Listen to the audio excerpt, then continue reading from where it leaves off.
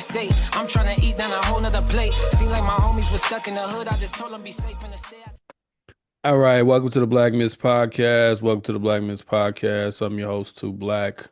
Back after a few weeks. It's been a wild ride these last few weeks. I feel like I've been saying it all the time, but it, genuinely has been a wild ride. Just welcomed my son into the world. I'm not giving y'all his name, but some of y'all crazy. Not tracking him down, but shout out to my son nonetheless.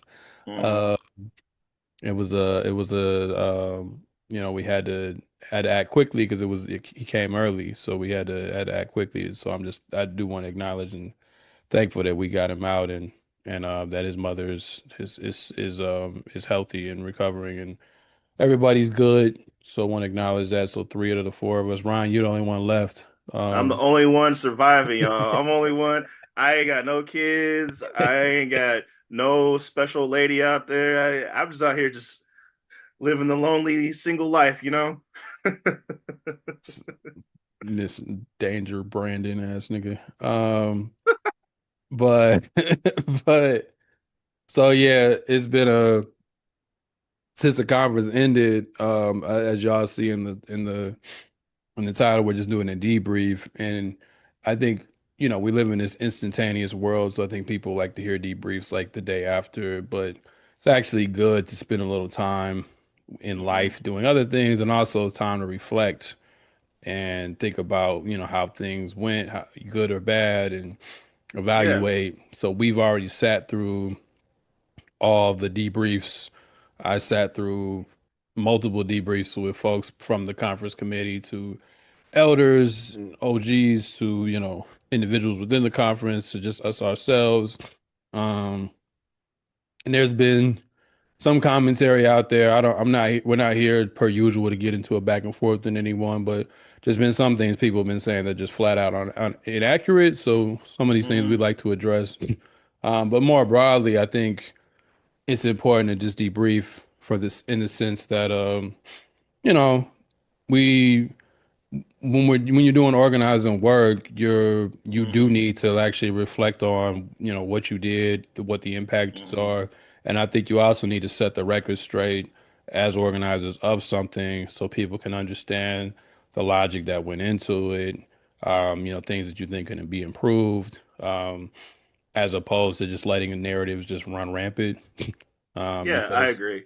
I definitely agree.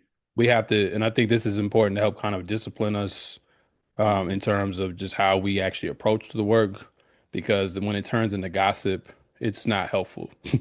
Even when it's positive, I'm saying that too. So I'm not even just talking about people who are talking shit, even if it's just positive gossip, like, man, I hooked up with this girl this weekend or whatever, or man, they was calling out so-and-so on the panel, like, man, I was feeling it. Like all of that's going to happen. But at the end of the day, like, we don't do this for those things. Like those are sideshows, whether it's negative or positive criticism.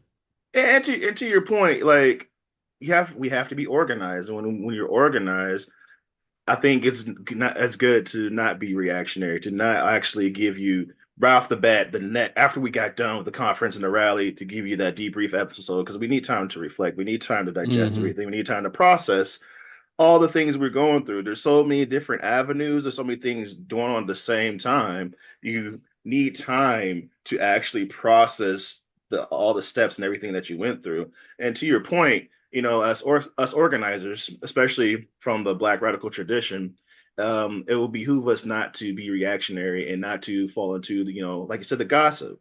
We have to be able to be better than that. We understand a lot of stuff is human, a lot of stuff is innate, and we do have a tendency to fall into what Black just got done talking about. Yeah, but and it's we gotta strive for something better. Yeah, And it's like there's a time and a place for gossip, man. I'm not above it. I don't want people to Mhm. get twisted. I'm just saying, Yeah, like, that part. but that should not take the place of an actual analysis of what happened and how to get it better. And that's the problem. It's not that people gossip. Gossip's Mhm. always gonna happen. That's probably never gonna die off. And I'm not even trying to kill that. But the problem is when you want to place gossip in place of, this so-called analysis or critique or whatever. Like that's where it's like, come on, man.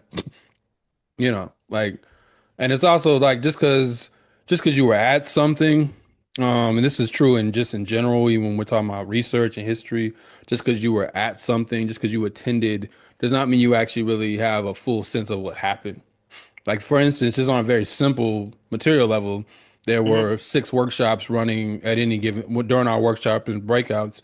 There were 6 workshops. So if you went to one, you didn't see the other 5. So you can't be like, well, the workshop sucked. You didn't go to all of them, and you talked to 3 people. You know what I'm saying? Like this is what I mean by like that's just gossip. So don't be like, well, I have a critique.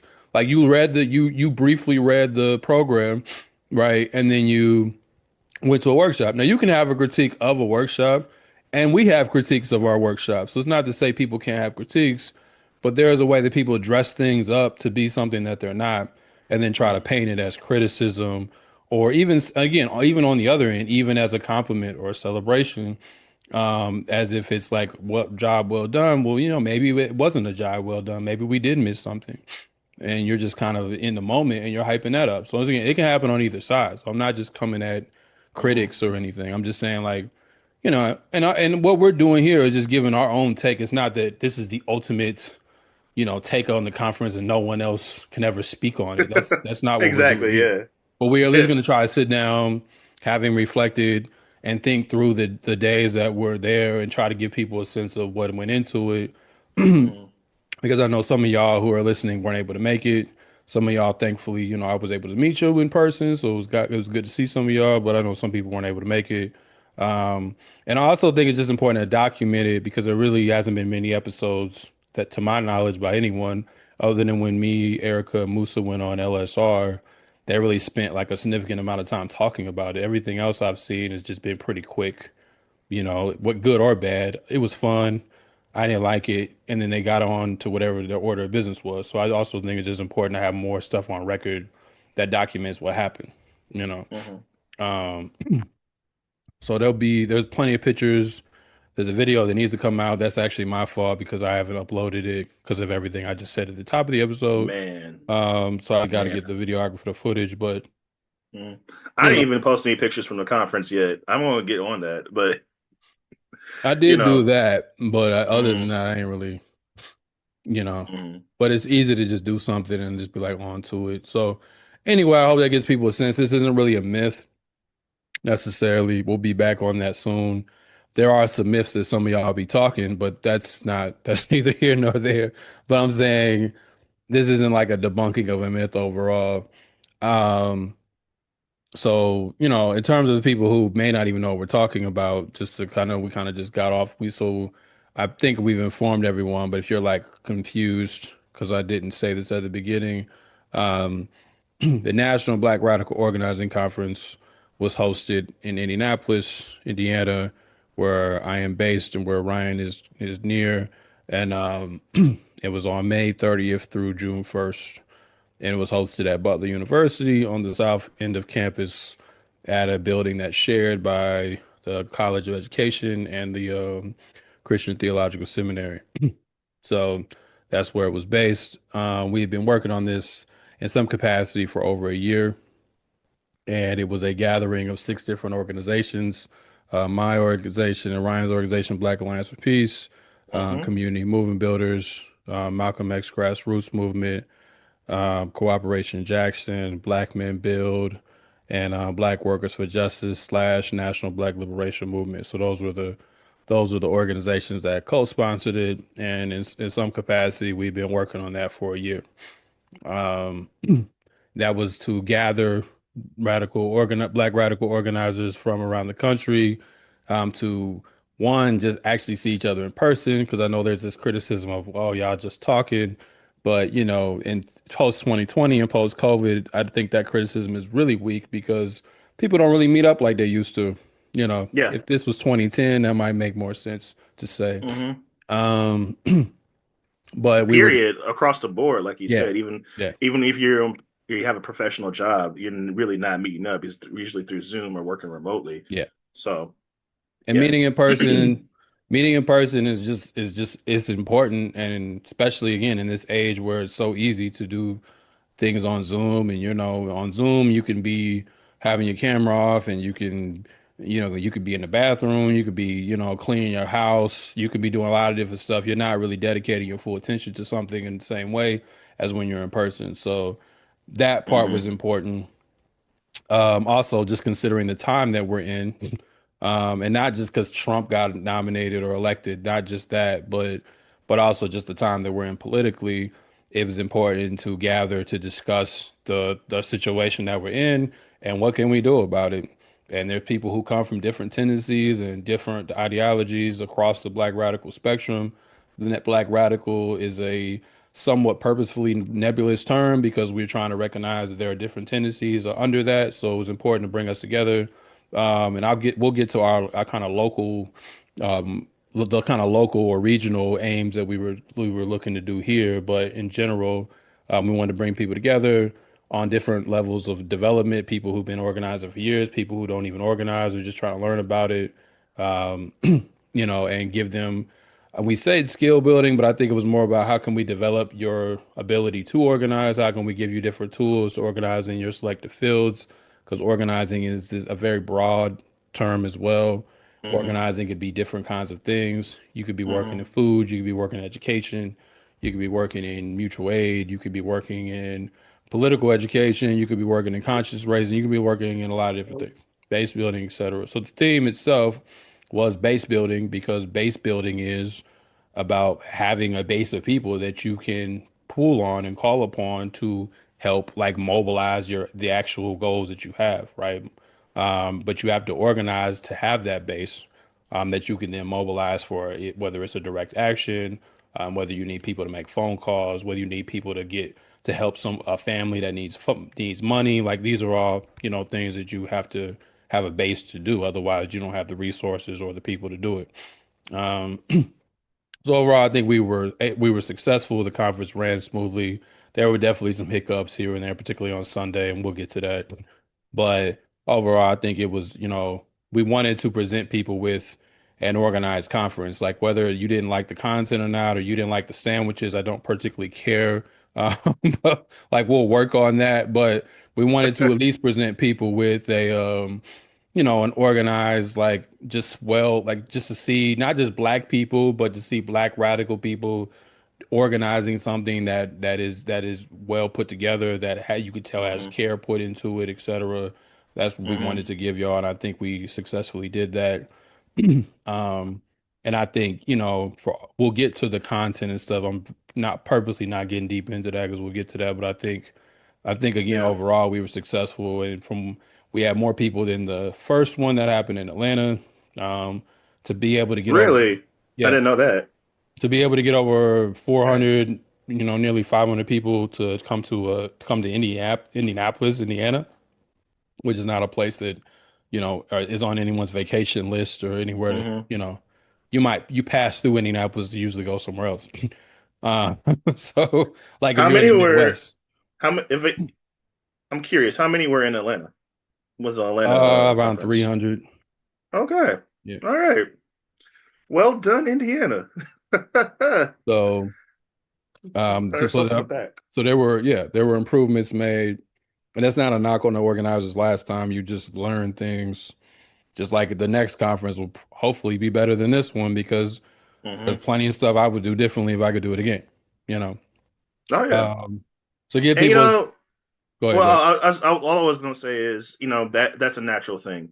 A lot you can't think of everything when you have a conference of this size, and given the amount of time that we had to organize it, um, sometimes you're just gonna have to learn as you go. Yeah, It's just it's part of life, it's part of experience. What we're taught in BAP, sometimes you gotta build the plane while flying it. So just gotta get in the weeds. Gotta get in yeah. the weeds. And I always, like I said in our debriefs, like the ability to like everything's not gonna go right, and you should just walk Hmm. in knowing that and just Hmm. expect that something's gonna go wrong. So the ability to respond to things when they go wrong is much more important than everything being perfect. Like that's just not how life Hmm. works anyway. So are your people organized enough to respond to a problem? Like there was a situation where there was a room that didn't have mics, so we had to run and go grab a mic, and because we didn't really think it through, and it was a room where it was open space, so that we couldn't shut the door, so we had to run and get the mic, but we were able to get that, and the next workshop in there had mics. That was actually my workshop, or there was a situation with a wheelchair. I know there's people saying we didn't have them, but we were able to go and get a wheelchair to help folks out. Would we have preferred to have had that on deck? Yeah, and next time we will. But again, you don't think of everything, you know. The assumption was that it was somewhere that it wasn't. We went and got it, and we handled it. Or there was a situation where, Ryan could speak to maybe even more later, where, for those of you who were there, we almost didn't get our food trucks because of some legal technicality. And Ryan, I definitely want to shout you out because I didn't get to really say it at the conference. Ryan pretty much saved the day because y'all could have ended up eating more dry sandwiches, as you called it, or just nothing.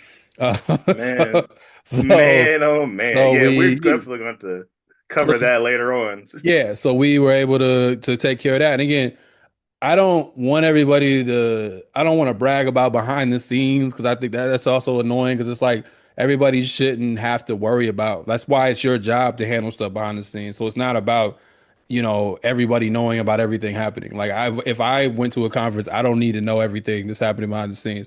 And that goes for any other kind of event I go to. I don't need to know how close the concert was to losing sound. So it's not about like bragging because it's like again, you just want to enjoy the concert. You weren't there to hear what the sound tech had to say, but it is important to give people a sense of what does go into things, nonetheless. So I could name many examples, but I just feel like what we were able to do in most cases was respond to things that we might have either made a mistake on or was totally out of our control, such as this food incident, and we were able to make sure everything flowed fine. Everybody got fed. Nobody walked away unfed, unless they just didn't like the options. But other than that, everybody was taken care of. So, a lot goes into it. And it's also important to note all of this was for $25. And I haven't really heard anyone say this, but I do want to highlight this. All of this, you got printed out programs. You got a venue that could cover, as I said, over 400 people. You had sound set covered. You had free food. You had from the coffee to the lunch to the dinner. You had printed out name tags. You had 12 workshops. You had 3 plenaries. You had a film screening and you had an open mic. And you had transportation from your hotel to the venue, and all of this was for $25. So, I think that you can't just brush over that. Most conferences, I went to a few for the book just over this past year, and I don't remember anything that was even under $100 to get registered, and they didn't provide us any of those things. You had to get your own food. The tech and stuff was obviously there, but you had to get your own food. There really weren't any speakers. It was just a bunch of academics presenting. There wasn't any transportation. There wasn't even a hotel blocked out. It was just like stay wherever you're gonna stay, and we'll see you here on these days.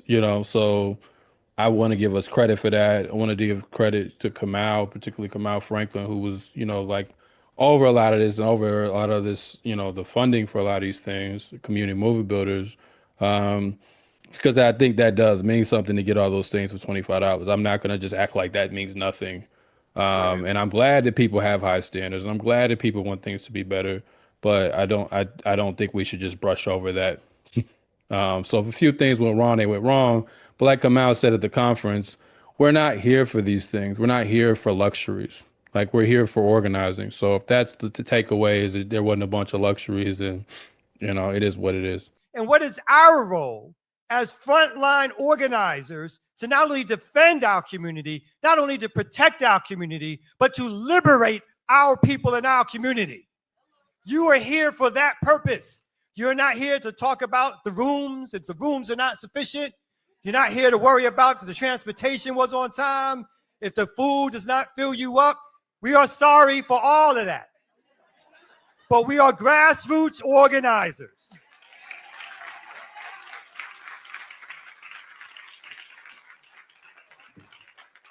We must take the petty bourgeois out of our organizing.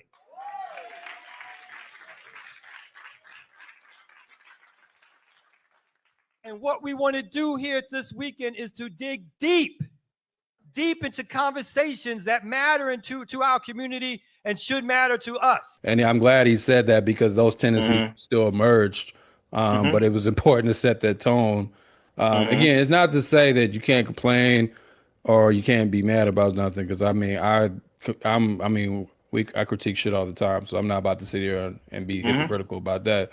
But I'm just saying your criticism should be relative to what you're actually doing and what you're dealing with, and not leaving, angry Karen reviews. Like, that's not, like, you didn't go to a restaurant and you didn't like the steak. That's not what this is. You know what I mean? Don't let me find out y'all leaving Yelp reviews on Black Radical organizing conferences. Come on now. Like, get over yourselves. That's where, it's like we need to be a little more serious. But it's also, I'm not going to put that all on the people attending. That's also on us as the organizers of the conference to work on how can we help discipline ourselves so we can work through some of those backwards tendencies, right? Like, how can we, who we all have them, how can we work through them? So I'm not just trying to shit on individual attendees, but as a conference, how do we facilitate more of a serious tone where it's not, they just didn't have, the fish wasn't hot enough. You know what I mean? Like, how do we not make those kind of things be the main takeaway? And again, most people wasn't even on that. So I don't want to paint that picture. It's just, that is a tendency that sometimes, even if it's a minority of people, can become the kind of defining thing of something. Exactly. Yeah, it's definitely not the majority of people, but the hit dogs will holler. That's all I gotta say. Yeah.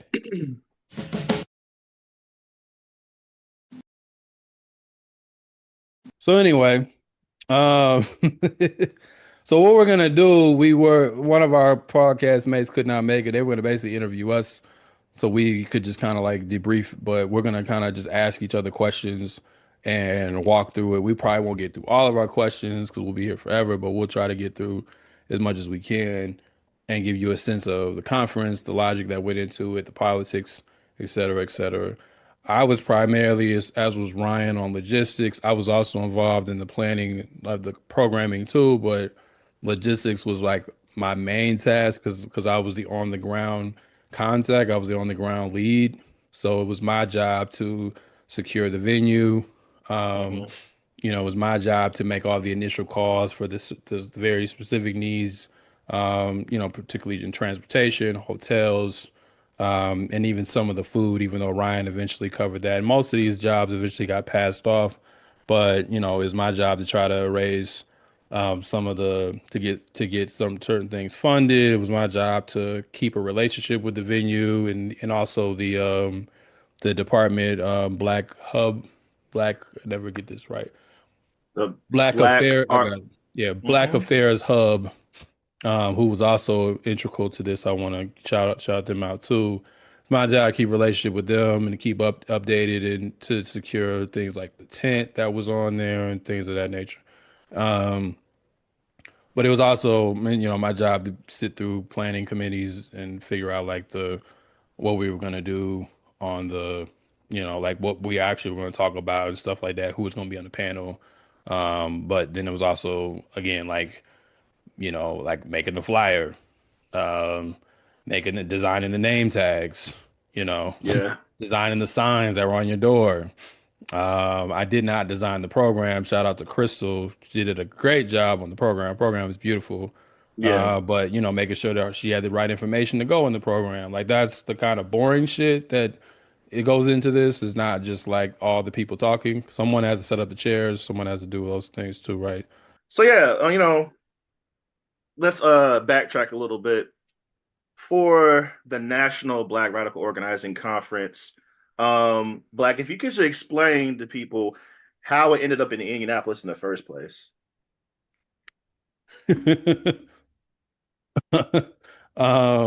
don't know why that's funny to me, but I guess like to give people a little bit of background, Indiana, and me and Ryan can speak to this, intimately since we've lived here our whole life, doesn't is a flyover organizing state. It's not just a flyover state in general. And Yeah. what I mean by that is it doesn't have the requisite resources to activate people that you get in other places. So you Mm, might live in some cities where you have organizations that have turf wars because there's at least work being done in some capacity, whether it's good or bad is a different conversation. But over here, you just have a lot of void. So you end up with just either the black church, and not the best expressions of it, or a lot of just liberal do-gooder nonprofits, you know. And then there's been a rise of black entrepreneurial efforts. That's me trying to not get into that mm, conversation. um, and then maybe, what I come out of the arts, there's some of that, but we're usually even in that division, we're last on the totem pole. So you don't really get introduced to the ideas that were talked about at the conference. You're not going to get introduced to socialism or, revolutionary Pan-Africanism or, what is imperialism, right? Like these are just things that don't even come up really around here. And I don't think they come up generally around most places, but I'm just saying it's much harder to even find the enclaves that discuss them mm, specifically, and especially if you're black, you're not really going to find it, right? So mm. Indiana has a reputation, even though it's false, and we should probably do an episode on this one day of where people say this is where the Klan started. That is not true. It Yeah. started in Tennessee. I think 1865. It did not start here. The Klan here didn't even really take off till like this. What was it? The second wave. The second Um, wave, yep. yeah. So that was like around World War One, 1914, 15-ish. The what was it? What was that movie called? Um, The Birth of a Nation. yeah, Birth of a Nation. Thank you. Yeah. Yeah, that movie gave, the help give the rise to that. Um, so we have that reputation. So a lot of people are like, well, that's the Klan. What's where the Klan started? I ain't coming here, whatever. So we do have a nasty history with the Klan because the Klan once upon a time did have the state under complete lock politically, and that was during that second wave. And then there's this story you always hear, and it always got on my nerves growing up, especially since I moved to Indianapolis. But when Dr. King was assassinated, Robert F. Kennedy, the brother of John F. Kennedy, who both of them were assassinated themselves as well. But Robert F. Kennedy, when he was running for president in 1968, comes to Indianapolis. And I Yeah. did a little reading on this for this episode just to get a little bit more history on it. He comes to Indianapolis, and when he lands his plane, or when his plane lands, let's just say, he learns that Dr. King was assassinated. And the Mayor Lugar at the time of Indianapolis, tells him to basically don't even do the speech. He's like, I can't guarantee I'm gonna protect you, etc. Um, but he still wants to talk, so he goes to an area and what is he goes to the hood here in Indianapolis on the east, well, yeah, on the east side around what's now what we call Indiana Avenue, even though much of that is gone. Much of what was the black neighborhood over there is now gone. But Mm, he goes over to that area and he gives a very quick speech. Actually, it's only around 5 minutes, but historically, it was considered this amazing speech. And he tells the crowd that a lot of them did not know that Dr. King was assassinated, and he tells them, and then he tells them like we got to come together, black and white people, and they don't riot. And Indianapolis was one of the few major quote unquote urban centers that didn't riot in '68. And you can yep. feel how you want about rioting. I'm not really here to get into that, but it's like it's become a narrative to say we're the city where our niggas didn't riot, right? Yeah. There wasn't really even that many people there. I think it was like 2,500 people there. That might seem like a lot to us, but for a presidential rally, it's really not. Um, and there were different groups. The Black Panther Party was actually there. There's a few other groups I can't think off the top of my head, that were, considered black militant groups at the time, and they can speak to what happened. And there was also white folks there, but since folks didn't riot, he gets credited for that. And Indianapolis has like a whole thing at a park Hmm. with Kennedy and Dr. King reaching their hands out, like they're in these statues reaching their hands out to each other, and they celebrate and promote this legacy of, well, our niggas didn't riot. Exactly. Uh, Yeah, they wear it as a badge of honor, which yeah, is disgusting in its own right. You know, because right when you were talking about, God, the Kennedy coming to Indianapolis, I knew you right where you knew yeah. exactly the story you were about There's no to way you didn't hear about it reference. growing up. Yeah, Exactly. like it's almost impossible, and it's Hmm. wild because just a year after that was the Lockfield Place riots. Lockfield is an area. Lockfield Place is an area, pretty much near where he spoke, if I'm correct, um, if I'm getting my history right. And there was a riot in June of the next year. But yeah, Yeah. it would be the um, 56th year anniversary as of June of last month. As of June of this month, excuse me, June 12th of this month. Um, and they're basically, I'm not going to get into a long history of it because we actually might, if I could find more research on this, because this is not a story you even hear around Indianapolis. I just found this one day. I don't really, I'm sure some of the OGs know about it, but Hmm. basically, in short, that neighborhood was a black neighborhood where this occurred. The police were always beating niggas up, nothing new, right? But there was a situation where NAACP tried to get ahead of this to try to calm things. It didn't try to get the police to learn riot control. None of this really worked. And then there was and once the assassination of Dr. King popped off, police presence got even worse. And then in '68 June, so that's just 2 months. Yeah, like yeah, 2 months after Kennedy came, because that was April 4th, Hmm. 1968. So 2 months after Kennedy came, three members of the Black Panther Party were arrested on burglary and conspiracy. And it's widely believed that the police actually infiltrated that unit and talked them into the things they're eventually charged for, which we would call legally would be called entrapment. Um, Hmm. the FBI later, I don't want to get too deep down a rabbit hole, we talk about the FBI doing this maybe around 9/11 and post 9/11, they would join organizations, radicalize people, and then like arrest them for stuff that they actually got them to do. Uh, James Comey and Mueller, the Mueller report, for those who remember during Trump's first term, who was supposed to investigate Trump for Russia, were very instrumental in this shit. This eventually happened to Occupy Wall Street folks or whatever. But we have a situation here, but this happened way back in 1968.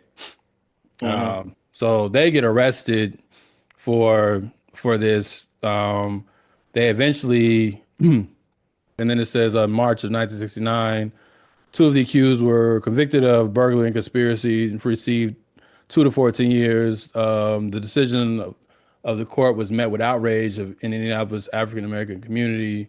And yeah, this is where the reporter accused the police officer whose testimony was used to convict the two men of entrapment. That he was working undercover, the young African American officer. So they sent a black officer in, had infiltrated the Black Panther Party and helped members organize the burglary.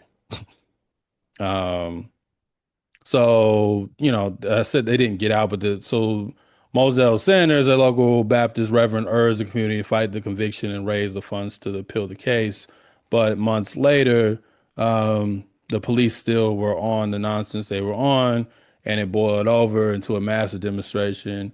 The violence began after two white officers were ambushed by 20 young African American men while responding to an alleged fight in Lockfield Place. Although the police denied the allegations, witnesses of the incident claimed that one police officer shot 3 volleys at a group of children playing while he was trying to halt a youth who had stolen a police revolver.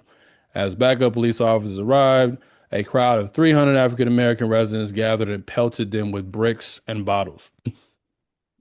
But The violent encounter erupted into a full-scale riot that lasted for 2 days and resulted in the arrest of over 100 demonstrators, multiple riot-related injuries, and looting and damage, including the total destruction of Lockfield Big Ten Market. All right, so again, that happened. The Indianapolis Black Panthers and youth working for a neighborhood center, Our Place, were able to quell the riot by June 14th. The solution was proposed that most police patrols be removed and only African American officers should be allowed into Lockfield Place. The Indianapolis NAACP called any by city leaders to create more education opportunities, blah, blah, blah. Today, many buildings like Field Place are listed on the National Register of Historical Places for their importance to the history of Indianapolis African American community, even though Lockfield Place isn't really there like it used to be. But you'll never hear about that. All right, so yeah, right there, you're educating me on some Indiana history because I don't think I've heard of the Lockfield riots at all. nah, You you don't know, ever hear it. It's not gonna so it's not gonna be up in the park somewhere. But yeah, like that happened a year later, but you won't hear that. And it's not just that they rioted, it's that they rioted because they targeted the Black Panther Party, which you also don't really hear that much about here, that they even existed in Indianapolis. There are people who tell you, but a lot of that history gets lost too, right? So like the history of the Black Panther Party here and how that tied into specifically to what I've been able to find, at least, was the biggest riots that's ever happened. But so there is some history here, but it's just like it's not part of our historical memory in Indianapolis. And then lastly, I know this is a long way to answer your question. I mean, they know us, you know. Yeah, the National Black the National Black Political Convention of 1972, that was in Gary. Now, Gary does have a more progressive history that I think people are more aware of. And this is probably the culmination of it. National Black Political Convention 1972 was trying to create a united front across the Black political spectrum. So you had liberals, you had radicals, you had socialists, you had labor leaders, you had integrationists, you had nationalists, you had revolutionaries, you had reformists. And it was it's supposed to create this united front. And we used this we published a purpose statement. Us as the committee for the conference published a purpose statement, and we talked about we named this to kind of ground it in 53 years ago. This convention came together, and it wasn't exactly our conference was much different than how this one worked. They had like delegates and stuff at this convention, but they came together and they were facing a lot of the same issues. Right. And this is at a time when integration is starting to actually come into effect materially. You're starting to see Black elected officials. Part of how they were able to hold that conference because it was the first Black mayor, Mayor Hatcher of Gary, Indiana, and he was able to secure the space. And then there was a rising Black political class, but there was also like this coming out of the Black Power movement and such, right? So there was a split ultimately, even though they published actually a great Black agenda. They published a Black agenda, basically what we want, right? Like a Black agenda list. And there's a lot of different things in. I would encourage people to read it. And a lot of it is what the Congressional Black Caucus, what becomes a Congressional Black Caucus, they stole a lot of these tenets and called it the Black Bill of Rights. Yes. But yes. some of the differences were there was a split over Palestine, actually, or a split over Israel. And the nationalist side didn't really want to acknowledge Israel's right to exist. They didn't believe in Israel. They supported Palestine, but the integrationists did. They support Israel. And so that was that split. And there was a big split over busing. And the nationalists opposed busing Black kids in the white neighborhoods. And it wasn't, when you read through it, they actually modified the language not be as strong. Talking about the nationalist side, but that split still happened and people walked out. And, this is also a conference that Shirley Chisholm went to and the men really wouldn't let her speak. So there was some problems there, but this happened in Indiana, like yes, one of this is part of our Indiana history. Yeah. And if I can just go off, not really following the list right now, but I think something interesting that you mentioned in the first plenary, that there was a lot of parallels between 1972 and here. And kind of how that going into even now, how we had the National Black Radical Organizing Conference in Indianapolis and how that kind of parallels with the conference that's happening in Gary. I want to know if you can possibly expound upon that a little bit. Yeah. So, I mean, 1972, that was the beginning of like later that year after this conference was like the beginning of like a financial crisis because capitalism, the rates of profit were falling. This is, I don't want to get too deep down another rabbit hole. It's part of why the United States switched off the gold standard because they were running up too much debt with their wars. So you have a crisis in capital. You have the kind of the welfare state that had came kind of under the New Deal coalition was starting to fall apart. You have the rise of the and you see that today, right? You see the rate of profit falling, economic crisis. You see the rise of the right because this is when Nixon's doing like the Southern strategy, and he's been able to get Democrats from the South to defect to the Republican Party, and Nixon's running on law and order. And then you also have a very unpopular war in Vietnam that's still occurring. I think later that year, the draft was actually ended in 1972, and then the Vietnam ends in 74 under Ford because Nixon gets impeached. Uh, and then so you have that going on, and then you have a kind of crisis as well. I don't think I said this on stage, but you have a kind of crisis as well with black leadership. Like, what is the direction of all this visibility that we have gained through this struggle? So we're kind of at a situation there now where Black Lives Matter, for better or worse, injected a younger leadership, younger visibility of black people into the ether.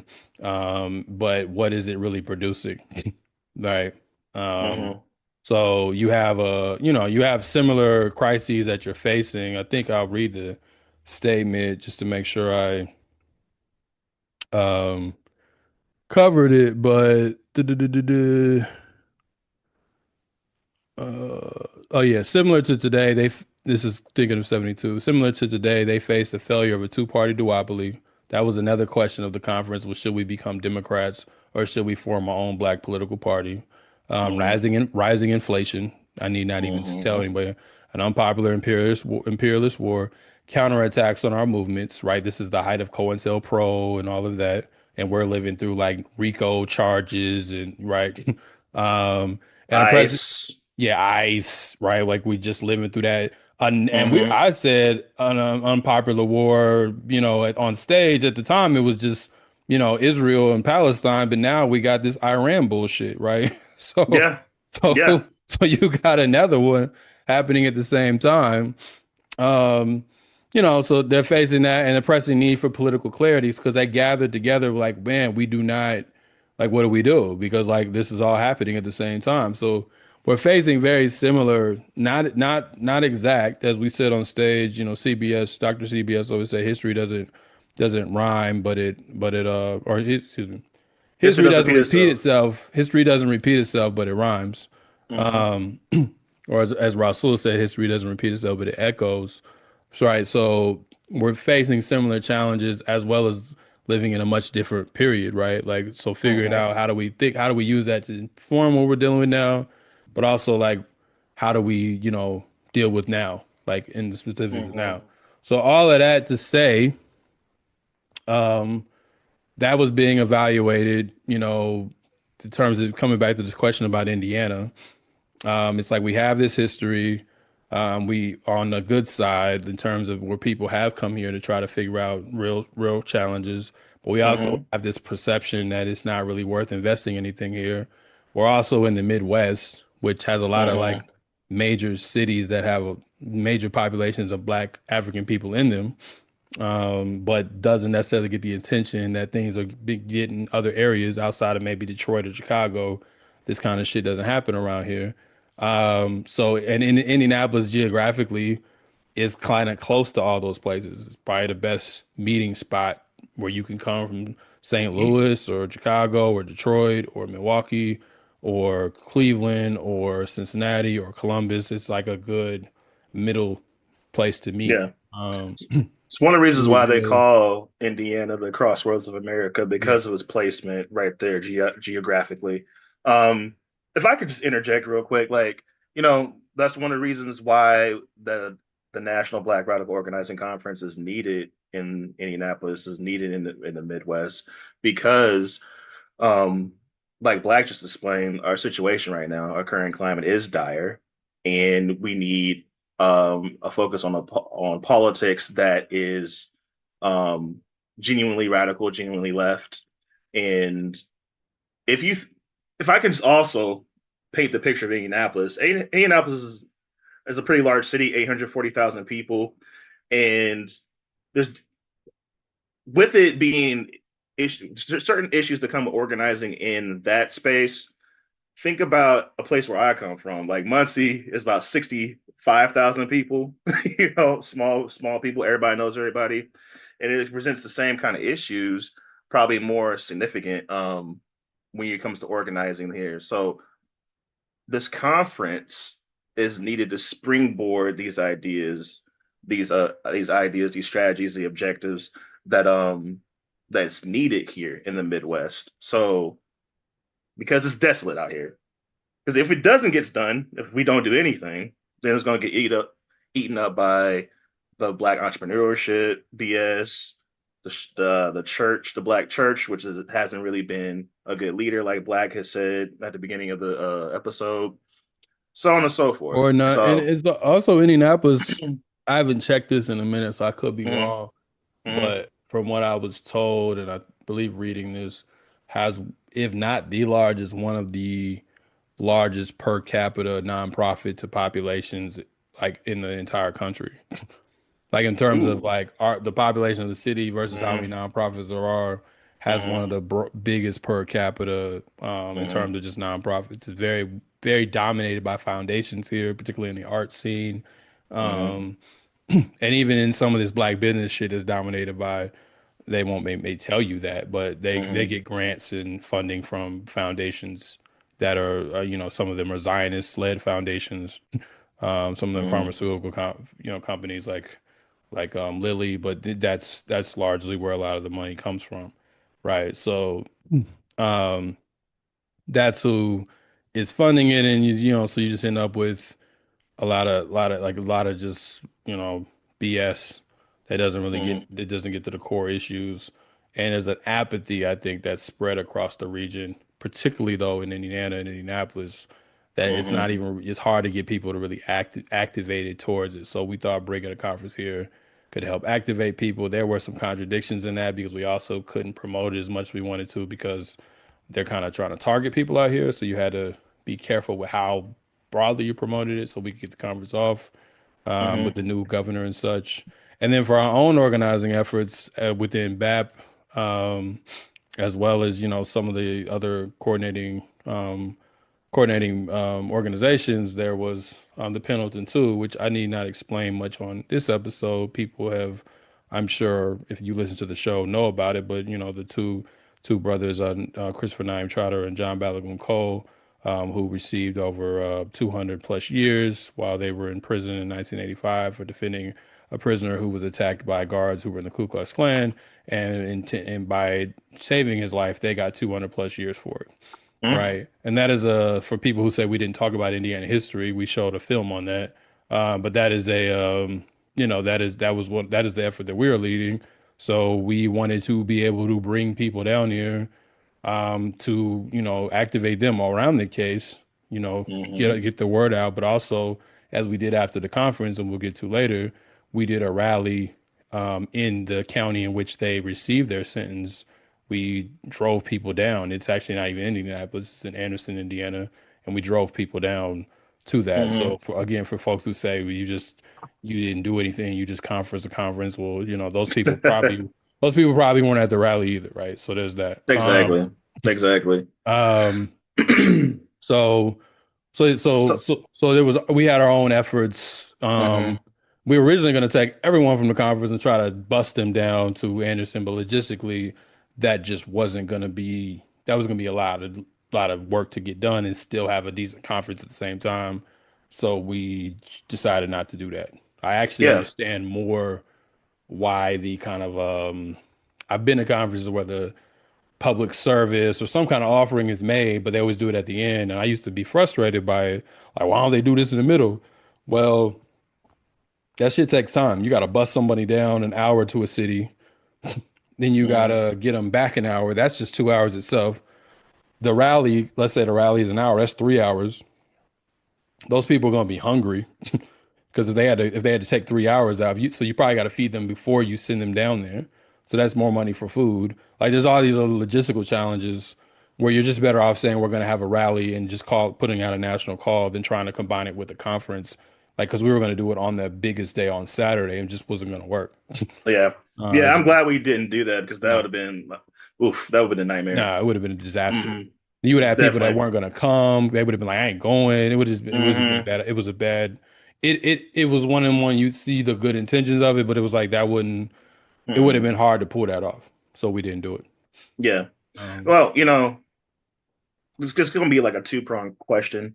Because we talked a lot about Indiana, why it's placed here, the history of Indiana, and all that other stuff. If you can go into why specifically Butler University was chosen for the location of the conference instead of like, I don't know, IUPUI or I don't know, any of the other universities or colleges or venues that's in Indiana. yeah, I mean that one isn't. It's not nothing really sophisticated about it. There's a few Hmm. things I guess that go into it. One, it's a private university, and obviously y'all have heard our criticisms of DEI. Nonetheless, since we also say in that piece that DEI is such a catch-all term that it's a way to Hmm. target things that aren't even actually DEI, private universities have a little bit more leeway, not a lot, Hmm. but a little bit more leeway than public universities in terms of their programming. Butler University is so Melancholy and milk toast that no one really expect them to host something like this. So it's like it doesn't Hmm. even pop up on the maps of the ops, so to speak. So that's one thing. On a more like I guess logistical side, I already had a relationship with Butler University, or at least certain departments there.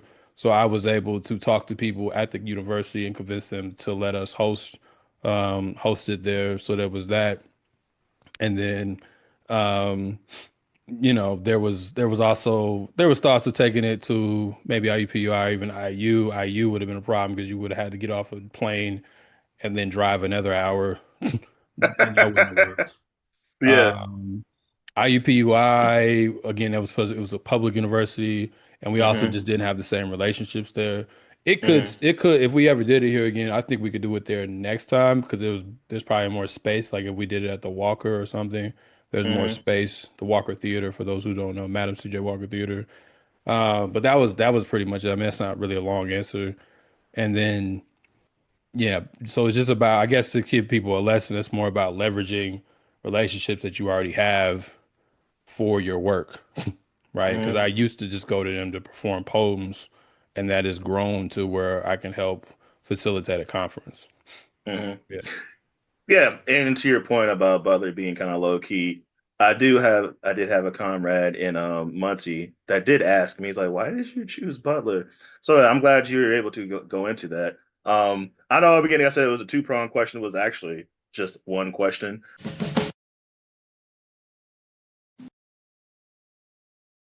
But if you could go into maybe like the logistics and how it was sponsored, um, the conference itself. I mean, we talked at the beginning. It was I think I named the six different organizations: Hmm. Community Movement Builders, Black Alliance for Peace, Black Men Hmm. Build, Cooperation Jackson, Black Workers for Justice / National Black Liberation Movement, and Malcolm X Grassroots Movement.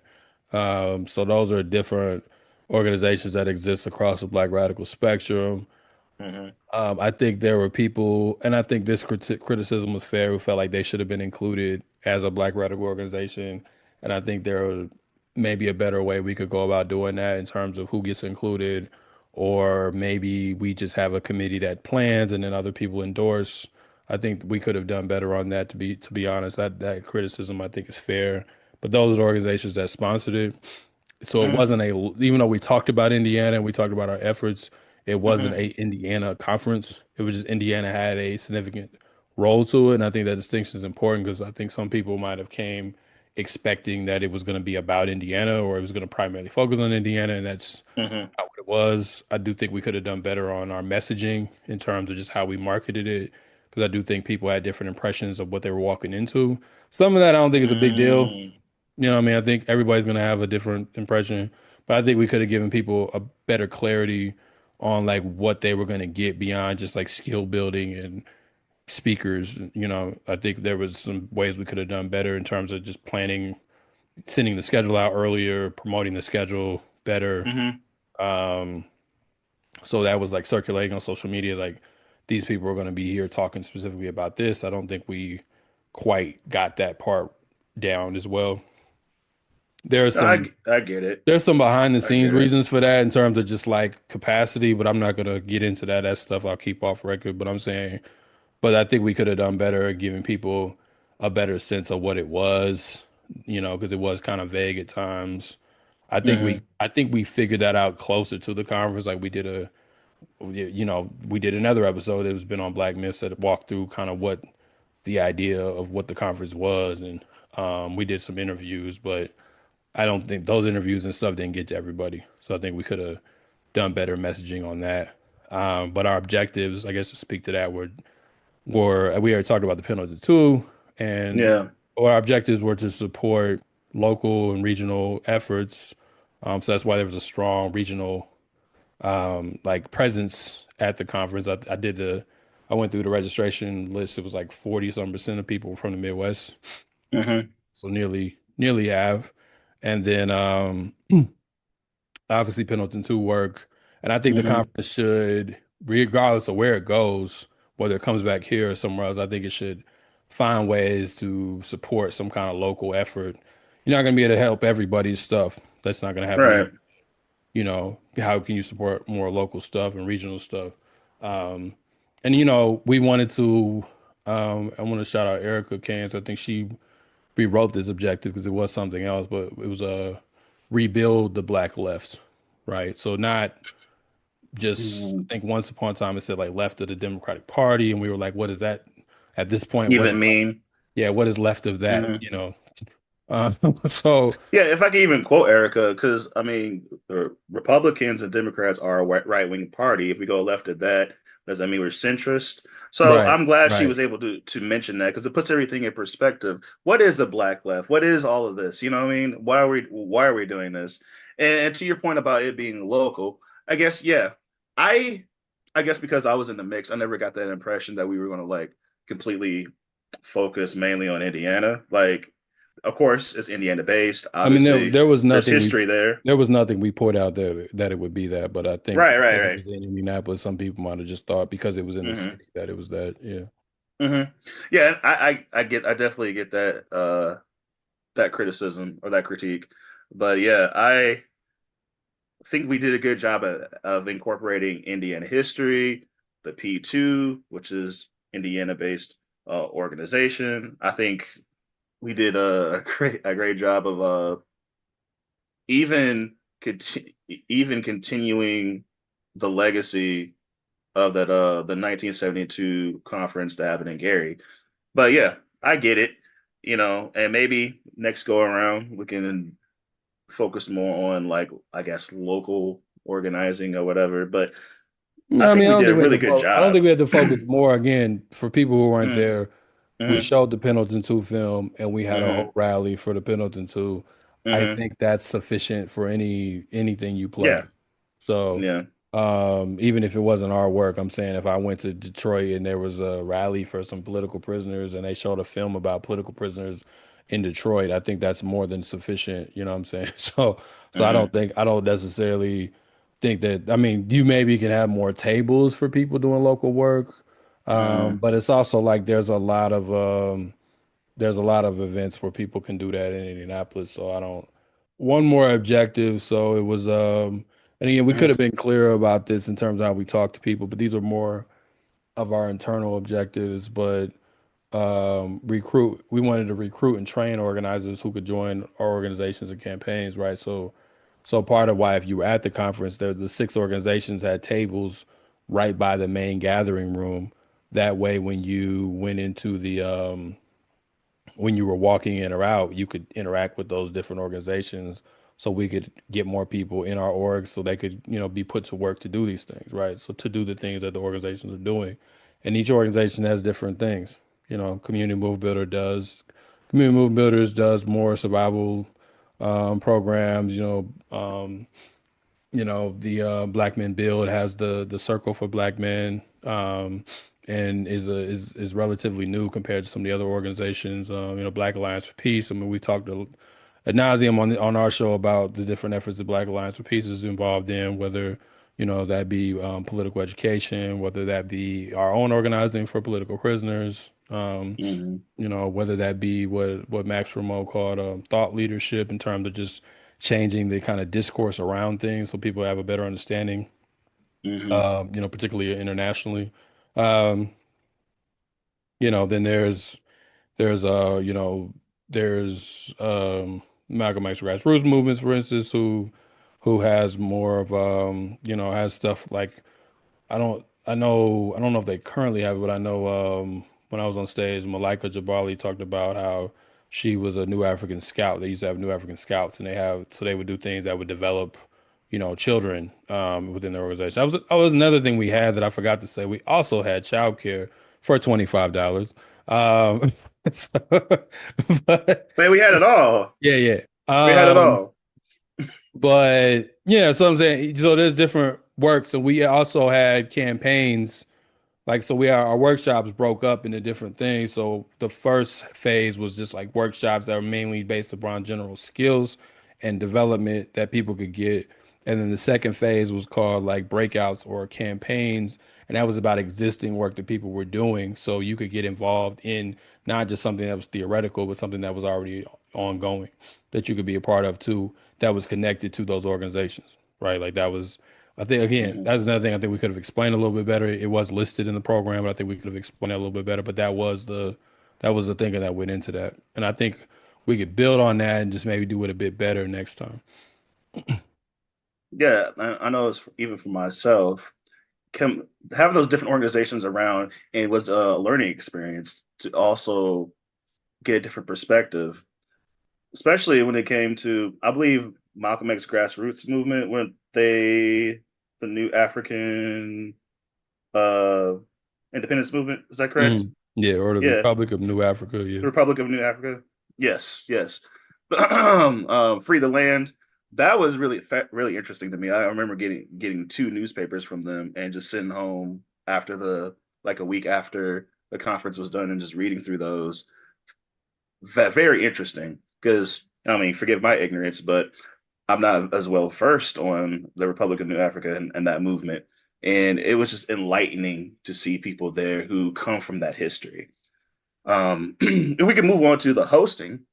Yeah, on that Go though, ahead. that history has a strong foundation in the Midwest, like the Republic of New Africa. Hmm. A lot of those people come out of Detroit, right? So, and then Hmm. move down south. So again, Midwest, right? But Hey, uh, shout out, shout out. yeah, yeah. Go ahead. But what was the meaning behind the theme for each day? Friday was what time is it? And these are for people listening. These are the plenaries. There's three plenaries that happen Friday, Saturday, Sunday, And and that's where everybody was in the same room at the same time to watch a panel talk, like just so mhm. people are clear. And Yeah, just so people are clear. those can be viewed on the channel if you're watching. Those can be viewed on our channel if you didn't already watch them. Yep. So Friday was what time is it? Saturday's theme was what can be done. And Sunday's theme was, is there an electoral strategy that is left of the Democrats? What went on? What was the thinking behind these themes? How'd you guys come up with this? And how are the panelists picked? Um,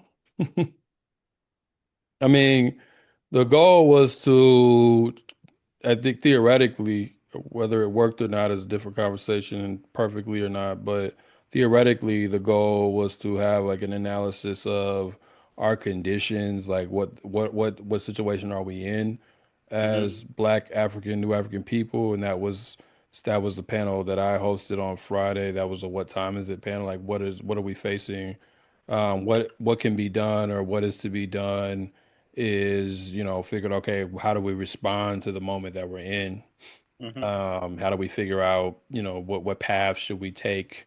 That panel did some of that. That panel also had some disagreements and I think fair back and forth about different ideological tendencies, or at least how to manage organizations, whether that's more hierarchy or more horizontal. Um, and then Sunday, as Kamal put it, was the most controversial, and that was the electoral strategy, or there an electoral strategy that is left to the Democrats? I don't that panel again, and I'll be totally transparent. I was moving around a lot. So so that panel I didn't get to see the entirety of it because I was always on the move if anybody saw me there. Um, so I can speak to some what I heard, and then I can speak to some what some people told me. Again, I'm not going to criticize anybody necessarily because that's not.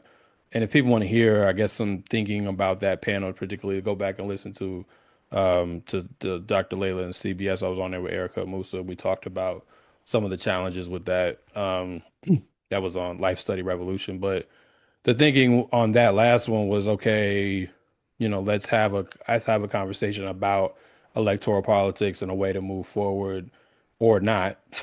But I don't know if that panel, when you asked a question about who was on it, I think there were some challenges about who should we put on, and I think we put a lot of people who were more pro electoral politics, and particularly folks who worked with the Democratic Party in some capacity, even if that was just locally. And I don't know if there was enough back and forth on that topic. Admittedly, though, all of this is challenging because you got maybe 2 hours, and really, I think we had these things listed for like an hour and a half each, right? Um, so obviously, you can't get through everything on every panel, and that's just what it is. There's just limitations. I think if we were doing it over again, I'd probably do more. I would. I don't think it'd be bad to have a debate. I think some of the older people that go to these conferences have been burned by that kind of thing. So I think you'd have to make sure it was a well-structured debate and you have very principled people involved in it, so it didn't become a kind of pom pom thing. But I do think there were some tendencies that didn't get fleshed out totally on each panel that probably could have been fleshed out, particularly on Saturday and Sunday.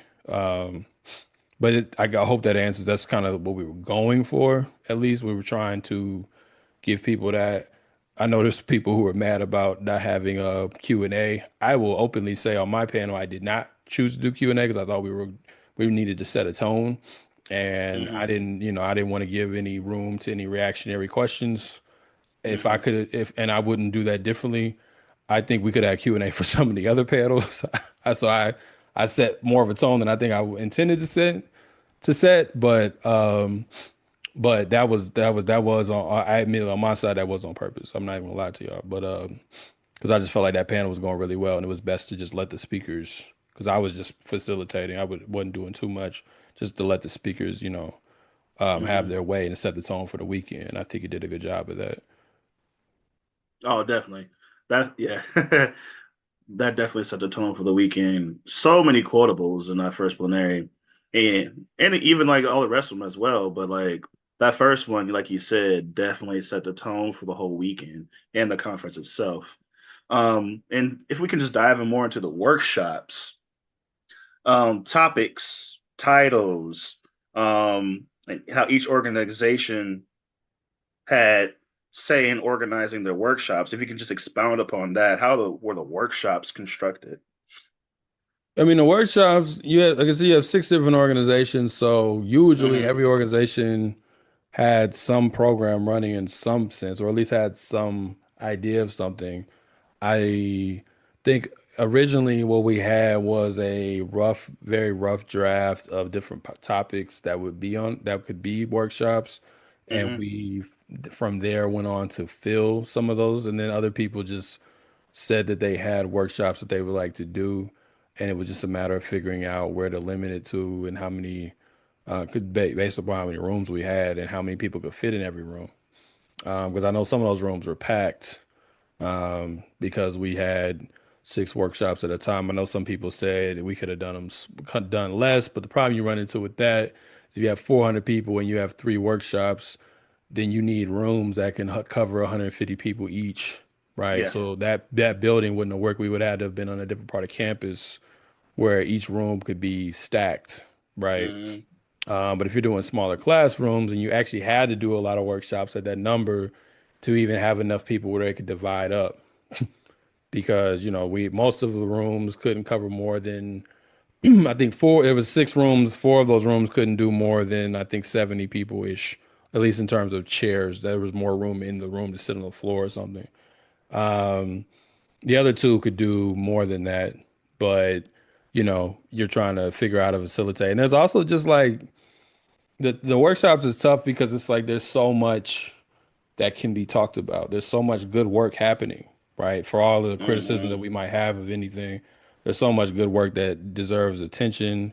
There's so many different skills and developments that are needed. So picking Yeah. it, that's why having a theme for a conference is important and having objectives is important because you can shape your workshops around that theme and and those objectives. Otherwise, it's kind of a free for all. Like, I think we Yeah. should talk about food. I think we should talk about freedom schools. I think we should, and we can do that shit all day, right? So it's like Exactly. you got to have some kind of guardrails in terms of, okay, does this really fit what we're going for? Even if it's good work, is that the best thing, right? As opposed to being Hmm. arbitrary. I think we did okay on that. I think we could have been a little tighter in terms of that, but Hmm. I'm just saying like that was some of the guiding logic behind it. And Hmm. then I think there's other things. I know we said we'd do self-criticism. I'm just dropping them as I come to my head, but like I think I already said it before. I think we could have had like rubrics for our workshops. That way they could have been a bit more cohesive. Hmm. So people weren't just doing slideshows.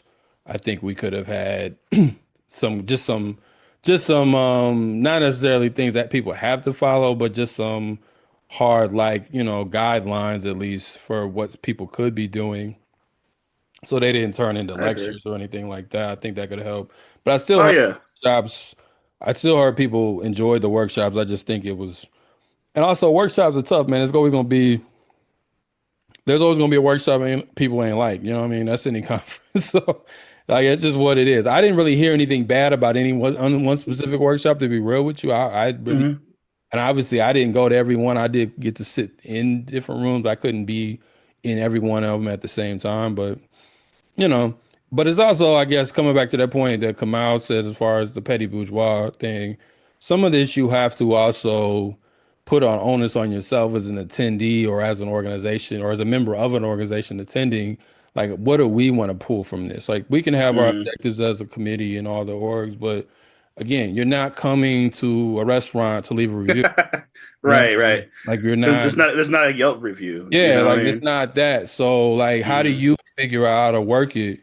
And because and figure out what you want to be involved in and what works for your what complements your work, right? Hmm. Like that's Because you got 6 different organizations, 6 different 6 different focuses and expertise, and 6 different things that they're focusing on. And to be able to come up with these workshops, like you said, you're learning something different from each organization on what they focus on.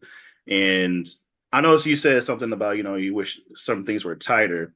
Um, I think you talked about the rubrics and whatnot. Is there anything else beyond that you wish that was tighter with the workshops?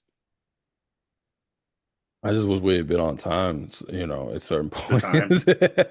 I mean, we ended the day for all the Hmm. times we were a little off. We ended the day relatively on time each day. I think no day were we later than 15 minutes. I think that's pretty good, all things considered. Um, Which is amazing for yeah. like 500, almost close to 500 some black Yeah, folks, yeah, yeah, yeah, in one area. yeah. You know what So, I'm saying? but I mean, I think my main criticism of everything that Mhm. we did was we just should have started earlier, and it's really that Yeah, simple. yeah, I agree. Because I I'm just agree. saying, like, how I mean, you were there too. We're gonna get to some of the food shit. Like, some of this is just you when you are planning. you have only so much time, and the more time you have, as long as you're taking advantage of that time, you have time to look over stuff, to turn it around, to pick it apart more. The less Mm-hmm. time you have, the less time you have to do that. The less time you have to pick things apart, to look back over, to proofread it. And when you have less time to do that, some things are going to slip through the cracks. It's just that's just how anything works. I mean, I've planned this. I've even writing a book. Like, the more time you have to proofread and edit, the better it tends to go. But if you're in a situation where you can't, you're crunched with that, then you're doing your best, but there's just things you can't really catch because you just didn't start early enough, so you don't have time to review things at the level because you got to get to the next thing. And it's really that simple. Like, I mean, people will have all these ideological critiques. They didn't talk about this, they didn't talk about that, but a lot of shit is more logistical, right? Like, it's just like, how much time do you have? How well is your operation set up? Because you can't think of everything. And it's like, Right. so when you think about it, the criticism someone has, I'm not saying they can't have it. It's just that your criticism is from the vantage point of maybe what you wanted or what you expected or what you would have liked to have happened. And it's rarely does it really take into account all those different the factors that might go into something.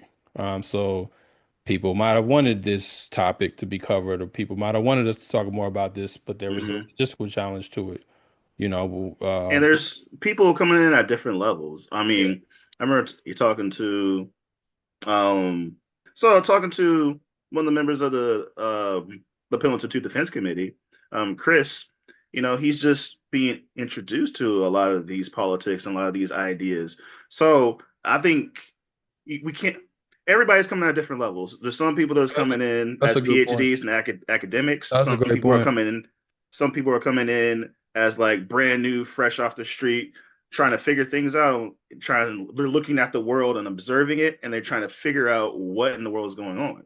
So And I what do I think, do? Right. and what do I do? Yeah, yeah. So it makes sense to make sure we focus on ideology. Focus on why the current duopoly is not working for us, why capitalism doesn't work, and sorry if you already know all of this information, but it's good to refresh on these things. It's good to present the information in ways that people can understand. And I think that a lot of panelists did a great job of explaining a lot of these ideologies in ways that people can digest it, you know? And it kind of warms my heart and fills me with joy when I see people who are new and fresh and they're taking notes. They're locked in, they're engaged, asking questions. And this is reason why the National Black Radical Organizing Conference was in Indiana, because there is a lack of a black radical presence here, and it needs to start somewhere. Not everybody's a freaking expert. You know what I'm saying? Not everybody has like 10, 20 years in organizing. So No, I mean, that's a great point, man. I mean, I remember bringing that up during our planning because I was just like, we have to respect the different levels of folks that are coming in. And we hmm also have to respect the fact that even if folks are in the radical organizing space, as you and I were talking about before we press record, there's a lot of posturing going on to hmm prove that you're, more radical than you might be.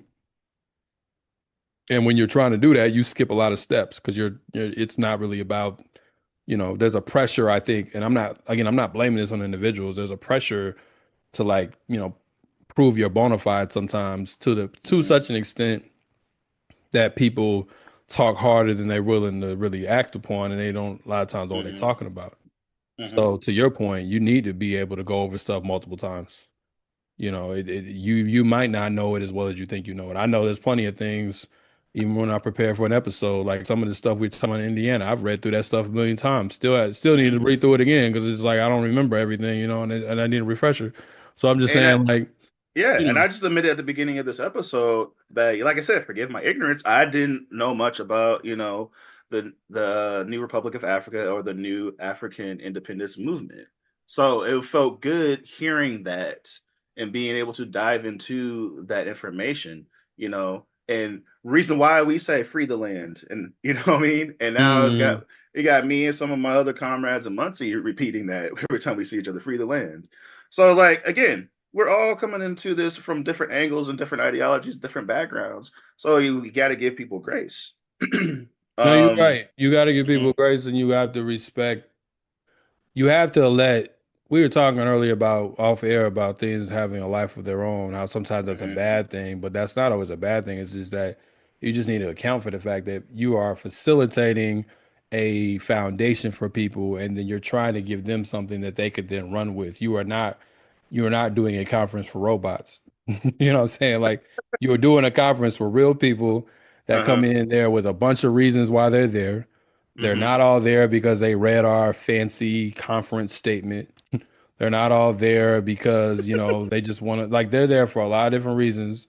And mhm, who am I to dictate why they showed up? They showed up, some for, what I might find good reasons, some not so much, but they were there. So you're trying to create a strong floor that people can rise up from, not a ceiling. And I think that's where people get confused. So we're not here to build the entire thing for you. We're trying to create a floor that you can enter into that can prompt more action. And we have and we offer some direction to that. We're not just saying go do anything. mhm. But we still have to respect the fact that people make choices and people are people and they have their own autonomy and self-determination. And that's just what it is. I mean, it's a conference. It's not a military training. You know what I mean? So it's just like we gotta be real about what we're entering into as Mhm. well, right? We can't just be like, yeah, man, woo, woo, woo, woo. And that's what I mean, like that posture to want to be more radical or militant than you are is it needs to die. And I think it helps kill that just by being in person with people because it's just harder to pose in person than it is online or on Zoom or anything else. Like it's just it's harder to be a clown in person, Ah, you know. It's not that you because can't do it. somebody in that environment is going to pull your card. Yeah. So leave the clowning at home. You know Yeah. what I mean? Yeah. It's just hard to do it. Again, it can happen in person. I've seen it. I saw it at the conference, honestly. But I'm just saying, like, it's harder to do it at the levels that we see it online because somebody's right back at you. So if you got a problem, they just Yeah. right there in front of you. It's just, You're right. Some of us experienced that. You experienced it at the conference, experienced it outside the conference, but that's neither here nor there. Yeah. Well,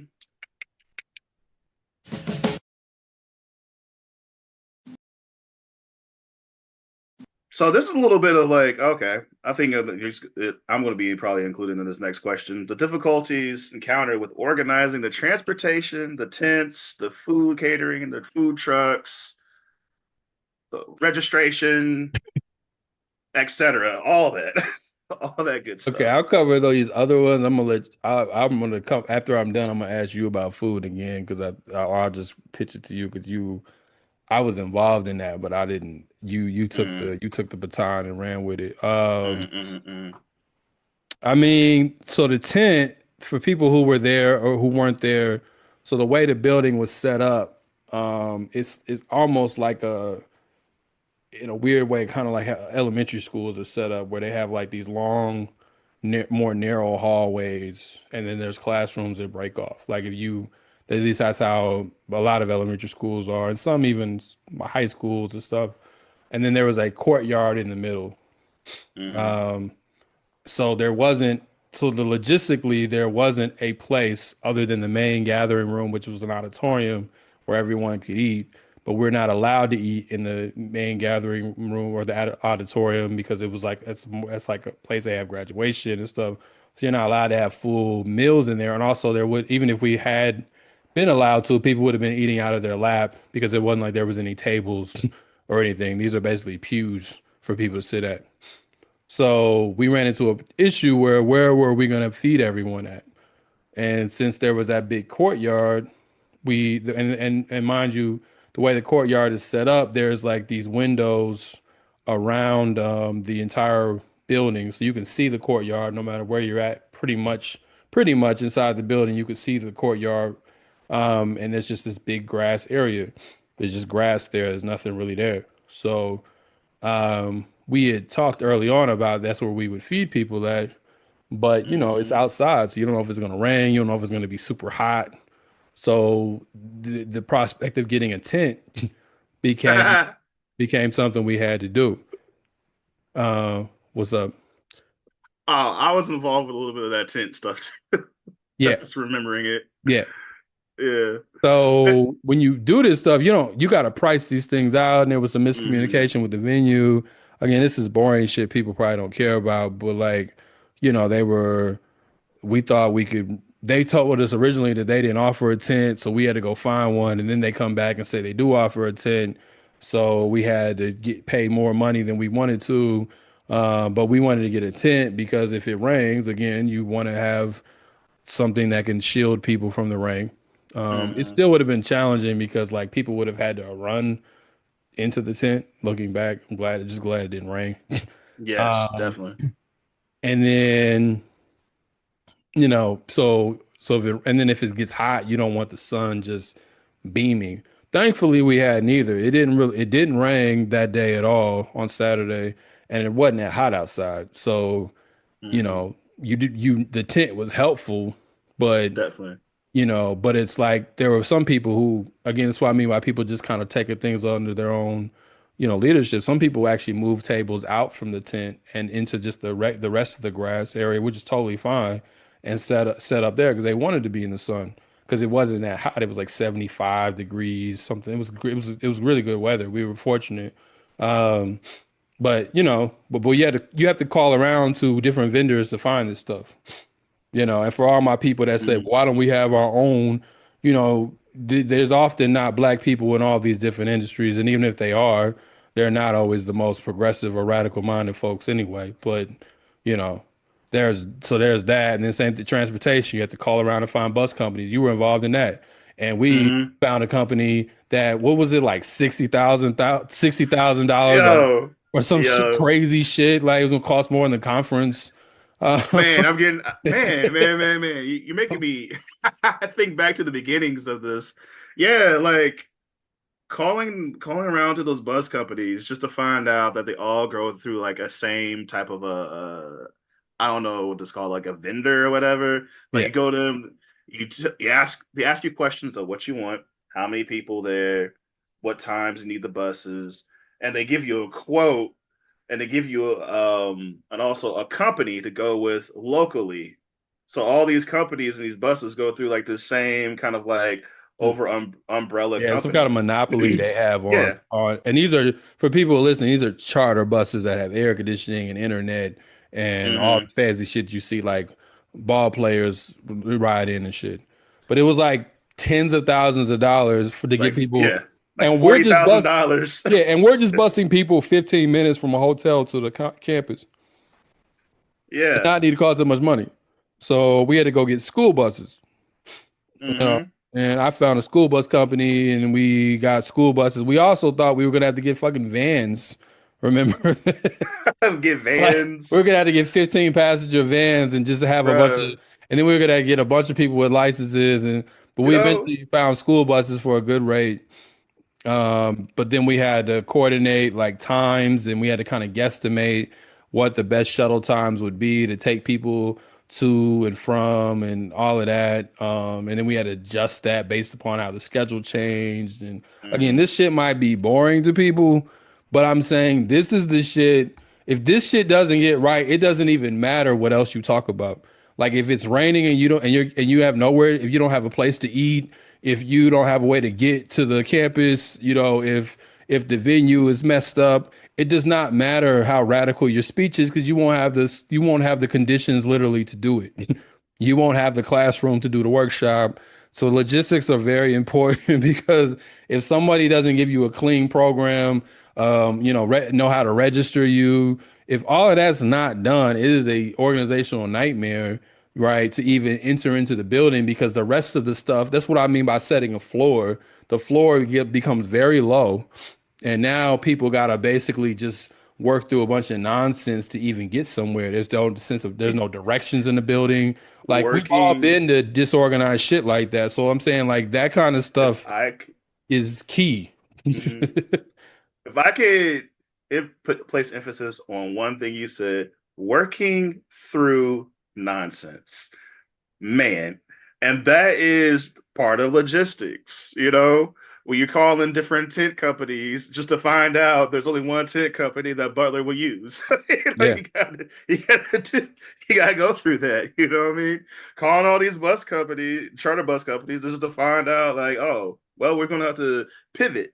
Black, I think you said this at the beginning. It's like it's not about how perfect it is, it's how to respond to certain glitches or certain roadblocks that you encounter when you're on a road to organizing this conference and while the conference is going on. You got to respond. You got to be quick, Um, even with registration, right? Because I remember you and I talked about registration, when's the best time to close early registration? you know, Yeah, and I you mean, know. I don't even talk about another criticism. I think we should have shut that down earlier. hmm But it is what it is. We still ended up with more than enough people there. But yeah, I mean, how do you even for registration, it was a question of we had a situation where for those of you who did come, or even if you didn't, you registered and you got a QR code. We learned later that that QR code did not work for reasons I will, it just didn't work. So we had to last minute, like maybe a week and a half before the conference, and not maybe two weeks somewhere. We had to figure out, we had to go find a new system that we could import our current registration information into, create a QR code for there was over 500 people registered. So create a QR code for all those people and then create a sheet that could go to all the folks at registration that so they could have a clear understanding. So we had to do an orientation on registration to explain how registration would occur, and we had to explain that to the people who were volunteering. We also had to collect that information from a registration list to even know who were volunteering, and then email them and get them to a meeting in the first place. Like this is the kind of stuff that went into it. So it's like so a lot of you got QR codes late on that was because the other thing fell through. So we had to give people new QR codes so they could scan in. And why do you want people to have QR codes? Because you're trying to make sure that folks can get in clean and quick, and we don't have to look through a list of 18 pages of names to find you. So Man. you just scan your QR code, we get you in, you get your bag, you get, we had COVID mask and COVID test, and you walk where you needed to go, right? Like that's so that we can run on time relatively as much. And to be fair, as much as black folks get a knock on it, the real issue was our speakers really weren't on time, but our attendees for the most part were on time.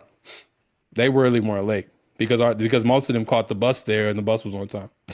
Uh, so so it's like you know these are things that go into it. So that's what I'm saying. Like hmm you have to someone has to do that shit. Someone has to find those, someone has to recognize the problem, go find a new system, learn it, then teach it to volunteers, make sure everybody gets it, have a backup plan if people's QR code doesn't work.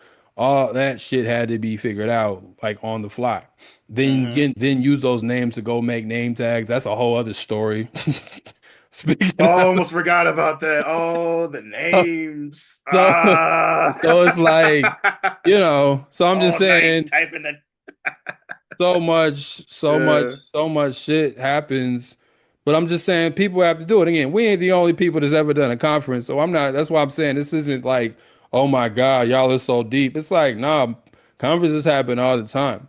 But I think hmm what's important to note in our case, this isn't like this is grassroots. We didn't hire an outside company that can like do a lot of this work for us, which is like big productions. That's what they do. They do hire an outside company, or they have already dedicated in-house group to do stuff. We had to do this kind of makeshift. Uh, Yeah. so it's like, some of this, a lot of this was the first time anybody had done it on this scale, right? And we had to figure all these things out. So that's what I'm saying. Like it's, um, those are some of the challenges. And then, I mean, you could speak on the, the food situation. I mean, I could speak Yeah. on catering a little bit, but in terms of Yeah. what happened on the food So, side. I won't. We'll leave security out of it because I want to keep those protocols quiet. But yeah, so I just want to just clear up, like, first of all, I had nothing to do with catering. So Yeah, you gonna put that on me. no, I'm not even gonna put it on you. Like anybody who was complaining about the dry sandwiches, hey, look, that's Butler's catering, Low key, I didn't even think they whatever. were that dry, man. To be totally, my The sandwich, one that I picked was good, yeah, I ain't but know, hey, yeah, you know, I'm just saying. But the food trucks, so $25 is all I'm saying. So, so like with the food trucks, see, like what Black said, this is all makeshift. This is all utilizing our own skills, our own efforts. So what I initially came on board with the marketing logistics committee when helping Black out with the tents first, right?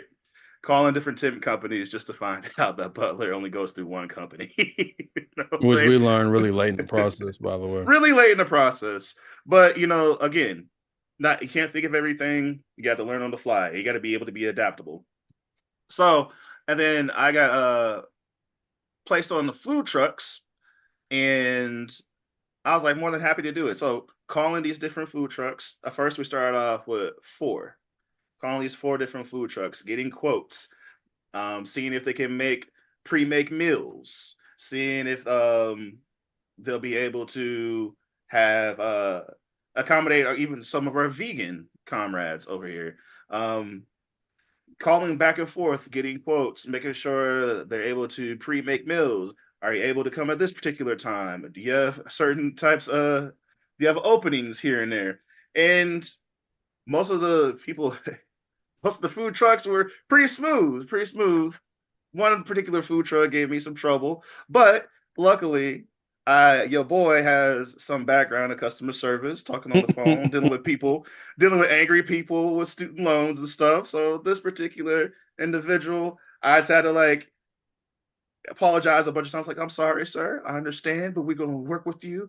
If you could just give us some time, what kind of, all that good stuff, You learn that while you're in call centers, how to de-escalate a situation.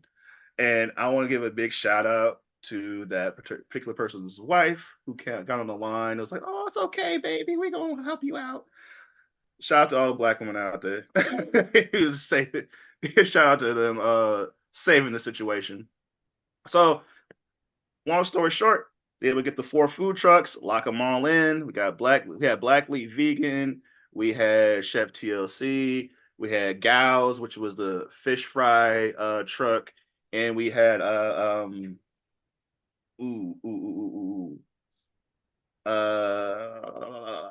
Wait, what name of it again?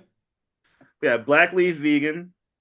Oh, and Grub House. That's the fourth Oh, one. yeah, yeah, yeah. That was so we started off with those four: Black Leaf Vegan, Gals, Chef TLC, and Grub House.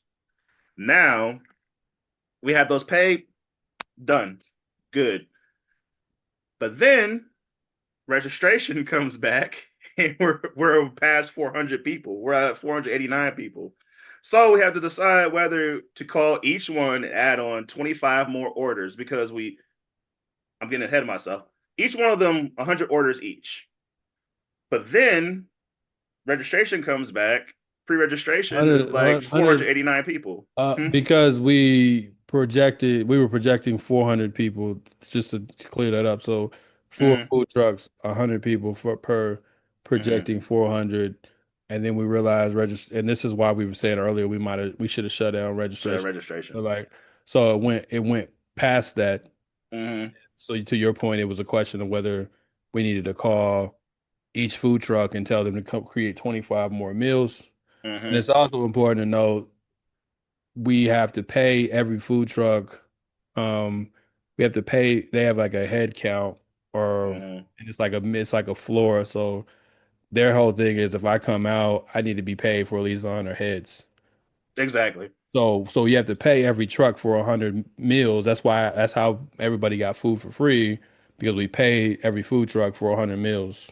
Mm-hmm. Ahead So of time. so we had already paid them. So to your We point, the already question was, are you going to pay for another additional 25 for each food truck, or do you just go get another food truck? And just want exactly. people And I are was clear. going into Yeah. yep. And I was going into that. So we had to decide whether to, like Black said, get 25 more meals per food truck. So I had to go and either call each one of them or just get a whole new food truck. So I was like, let's get a whole new food truck. I looked up got the Blue Lagoon Jamaican food truck. They were available for that time slot. Was able to get them paid ahead of time and get them there. Now comes the day, that Saturday. Well, first of all, let me Friday. rewind back. Friday night, we find out that there's a liability insurance paperwork that needs to be filled out for each food truck, and that would be $121.92 per food truck. So I find this out Friday night. So going to Saturday, while I'm kind of ripping and running, We find making this sure we're out picking from up Butler.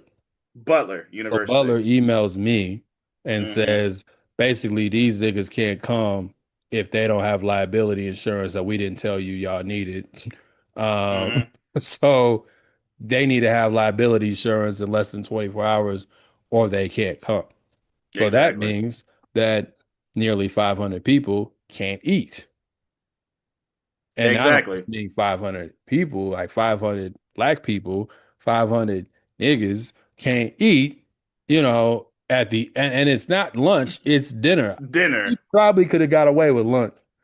I wouldn't have wanted that to happen, but I'm just saying if lunch wasn't available, people would be like, well, dinner's coming. But dinner, Dinner. again, most conferences don't even offer dinner.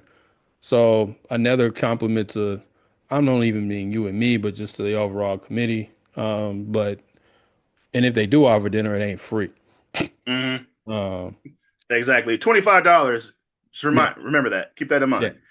So the next Saturday, I'm ripping and running, making sure I'm getting placards, I'm making sure I'm getting banners, making sure I'm getting posters, and I make sure I hit up because legally I have to hit up every food truck and let them know that this insurance paperwork needs to be filled out. That means I had to hit up every single food truck and send them, find the actual coverage, the liability paperwork, send it to them. They fill it out, and we reimburse them.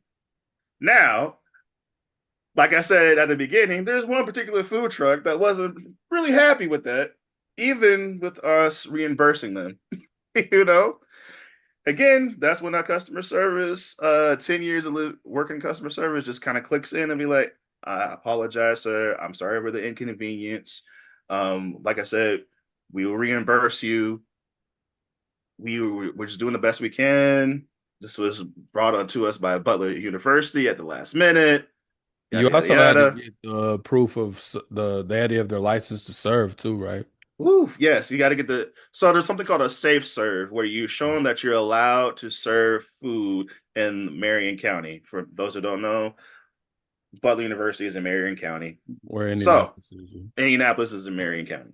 So then comes the time for dinner when I get in when the food trucks have to come and park.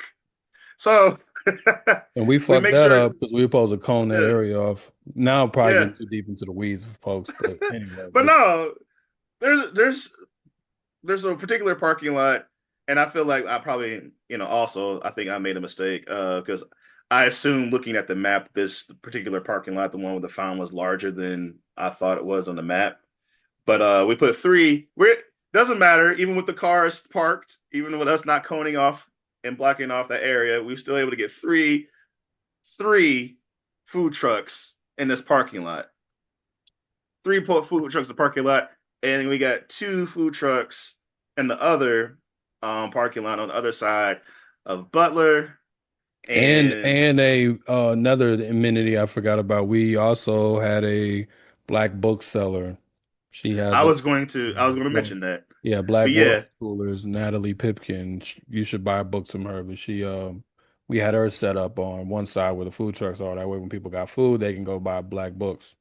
mhm, And there were books by the authors that were in the conference, and also books themed yeah, around the conference. yes, yes, yes. So if you're in Indianapolis, please support her. But yeah, we was able to get those food trucks placed, get the paperwork in on time because you couldn't legally they could not come onto the campus if they did not turn in the event liability paperwork with the fee. Was able to get that all done in less before than dinner. 24 hours. Yeah. Hmm. And it's But we like, got it. We yeah. got it. While still, like you said, while still doing a bunch of other shit. It wasn't like you were just sitting around, like you were still doing other stuff for the conference. So like, Hmm. and again, this stuff might sound boring, and I'll live with. We have a loyal audience. I'll live with the boring episode. We're boring anyway, so but I'm just saying, like, this is this is I want to talk about this because again, we do a lot of talking. We as just in general people involved in this stuff do a lot of talking about ideas and Hmm. theory, and I'm all for that. I'm not one of those anti-theory folks, obviously. But there's a theory to logistics too. And there's a theory to making sure that you have the necessities in place to even conduct whatever your idea is. It's just very simple. If you want to write something, you need some material to write, whether you write on paper, whether you type, whether you do it on your phone, like you got to have that in front of you to even put this stuff on paper, right? Or you need to record it, whatever. If you don't have these things in place, a lot of the stuff that we aspire to do cannot Hmm. happen. So if that shit is done poorly, then, you know, you can throw the revolution out the window. You know what I mean? Like it's just not gonna Right. happen. Like you Right. can just let's just if you can't respond to an email on time, if you don't have a good communication service, or in this case, if you can't coordinate your food, then I mean, because again, the Right. Russell always says to me like this is a form of this is a form of practice for like how to Yeah. govern a society. Like you're trying to demonstrate to people what can be done, what can we become, and you practice in these smaller things, right? Being detail So oriented. yeah. Simple things like running a meeting, Yeah, knowing how to just running an event, hosting, yeah, calling people, making sure that stuff gets in on time, paperwork, all the T's are crossed and the I's are dotted. yeah. This Like is if you can't do that, so it's like there are pipes underneath the buildings that you're in. There are, everything has pipes in it. Somebody had to put them there, and if that's not there, you can't do half the shit. If someone didn't figure out the electricity or the water, yeah, you pay utilities for a reason, right? Like again, I but don't the think pipes can be there in theory. no. So I'm just saying, like a Like, lot of that work. It's all may not. hmm. People might have expected us to get into a bunch of like radical idealistic shit, but it's like a lot of this is that too. A lot of this is the logistical operational side of it. Like, how do you build these things? And I think having a better grasp of logistics, like how do I create a situation where, people have the tools that they need to comfortably engage in the theories that they want to figure out. Like that's just Hmm. you have to provide that floor and then like so one of the biggest parts of a conference is what? Just camaraderie. It's not even the workshops, it's not the plenaries, it's not any of the shit that's on the program. It's just camaraderie. How well does camaraderie go if you're hungry and you don't have dinner? Right, exactly. You know what I'm saying? Like that's just like how well does that go? You know what I mean? Like so it's just yeah. I mean, yeah, I think that we need to have better logistics because, you know, ideas, as they say in the business world, are cheap. Like ideas are all about how well they can be executed. An idea that's just that, man, that would be great if we could fly. Yeah, it would be, but ain't nobody figured that out yet. So, Right. you know, and even if they were to figure it out, if everybody can fly, how would you conduct that kind of traffic? Yeah, Those are logistical exactly. questions, right? So I'm saying, so even if someone broke through and figured that science out, what's the, how do you govern that? How do you make sure people can not run into each other literally, right? Like just like you have planes that there's a traffic system for that. It does. You don't just have motherfuckers flying. You know what I mean? So it's like because otherwise they run into Exactly. each other, right? Like we've all seen Exactly. Breaking Bad, right? Like like that's Right. so I'm just saying like that season two. But I'm just saying like that happened. So I'm just saying like those are the things that I think, everyone's not meant for that. Some people are not really, it's just not their skill set. Just like some people's skill sets, not some of the more oratorical or you know, some of the more rhetorical things that people might do, right? Uh, Mm-hmm. you know, but it's important. I mean, like, so Mm-hmm. it's like, yeah, if you ain't had your dinner, that's all people would have remembered. And it wouldn't have Nigga. mattered how good the conference was up to that Nigga. point. If you Mm-mm. know, if they ain't had him, if they wouldn't have their dinner, like it don't even matter. Bruh. You know what I mean? So, Bruh. and we would add Again, that, and we would add the whole the L because what were we gonna do? 500 some black folks, hungry, tired. Woo. I don't want to deal with all that. So you like Black said, I mean, that's one of the reasons why we got to be detail oriented. That's the reason why even if I'm just a food coordinator, I got to be flexible enough and adaptable enough to do other things. I'm running errands, I'm doing all this other stuff, wrapping chairs, helping out, make sure I'm hitting black up all the time. I know you got hit up so many times throughout that weekend, Yeah, calls, texts. I don't think I talked to more people on the phone that weren't friends or for non-friendly related things than I ever did that weekend. Like I was on the phone. I looked like one of those, and I had an earpiece in. I like one of them assholes that's on Bluetooth all the time. Like, yeah, man, we need 5 more, chairs and like just shut, like one of Or them. like the one dude who shows his morning routine when he stuffs his face in the ice is like, and he sits on the phone. I need about 10,000. 10,000 what, nigga? Like what? Who are you talking about? But Yeah, I definitely look like that, but it was real. yeah, Like you had to, bro. you had people calling you about different stuff. There Mm, might be a microphone. Like I said, it was a microphone situation.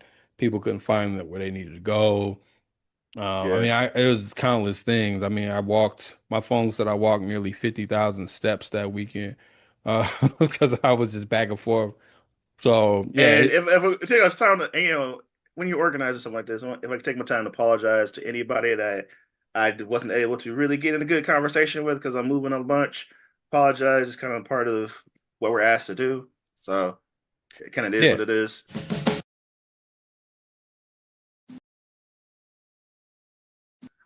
But if we can pivot a little bit, kind of going back to the Pendleton 2, the screening, the work of the committee at the conference. Why was it so important to make sure that that film was shown, and then two, highlight the work of the committee, the Pendleton 2 Defense Committee, and then three, let people, even if they're not from Indiana, know about the Pendleton 2, Naeem, for those who don't know. I mean, Black already explained to you, Naeem, Trotter, and Balagoon Cole. Um, I mean, hmm. I mean, one, I think some of it I said at the conference, like Mhm. there's like a pantheon of names that we know as political prisoners. Right. They're like become the ones that are, Mumia, yeah, they're George like an established Jackson. kind of, yeah. And Yeah. then the rest of the names and Pendleton too aren't the only ones, are only known to people maybe involved in the campaign or from a certain region. Hmm.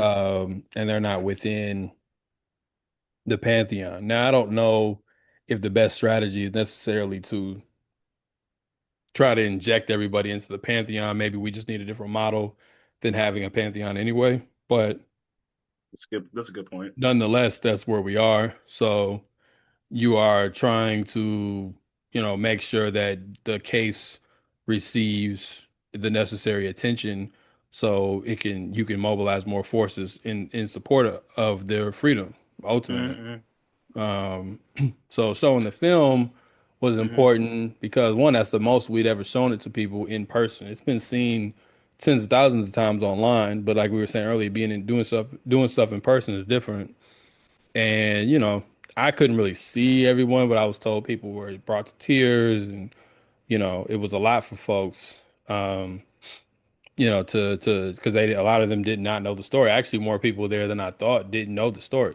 I thought it had gotten out more than it had. People probably have maybe heard us talk about it, but they probably didn't watch the film. They probably just heard our interviews or whatever.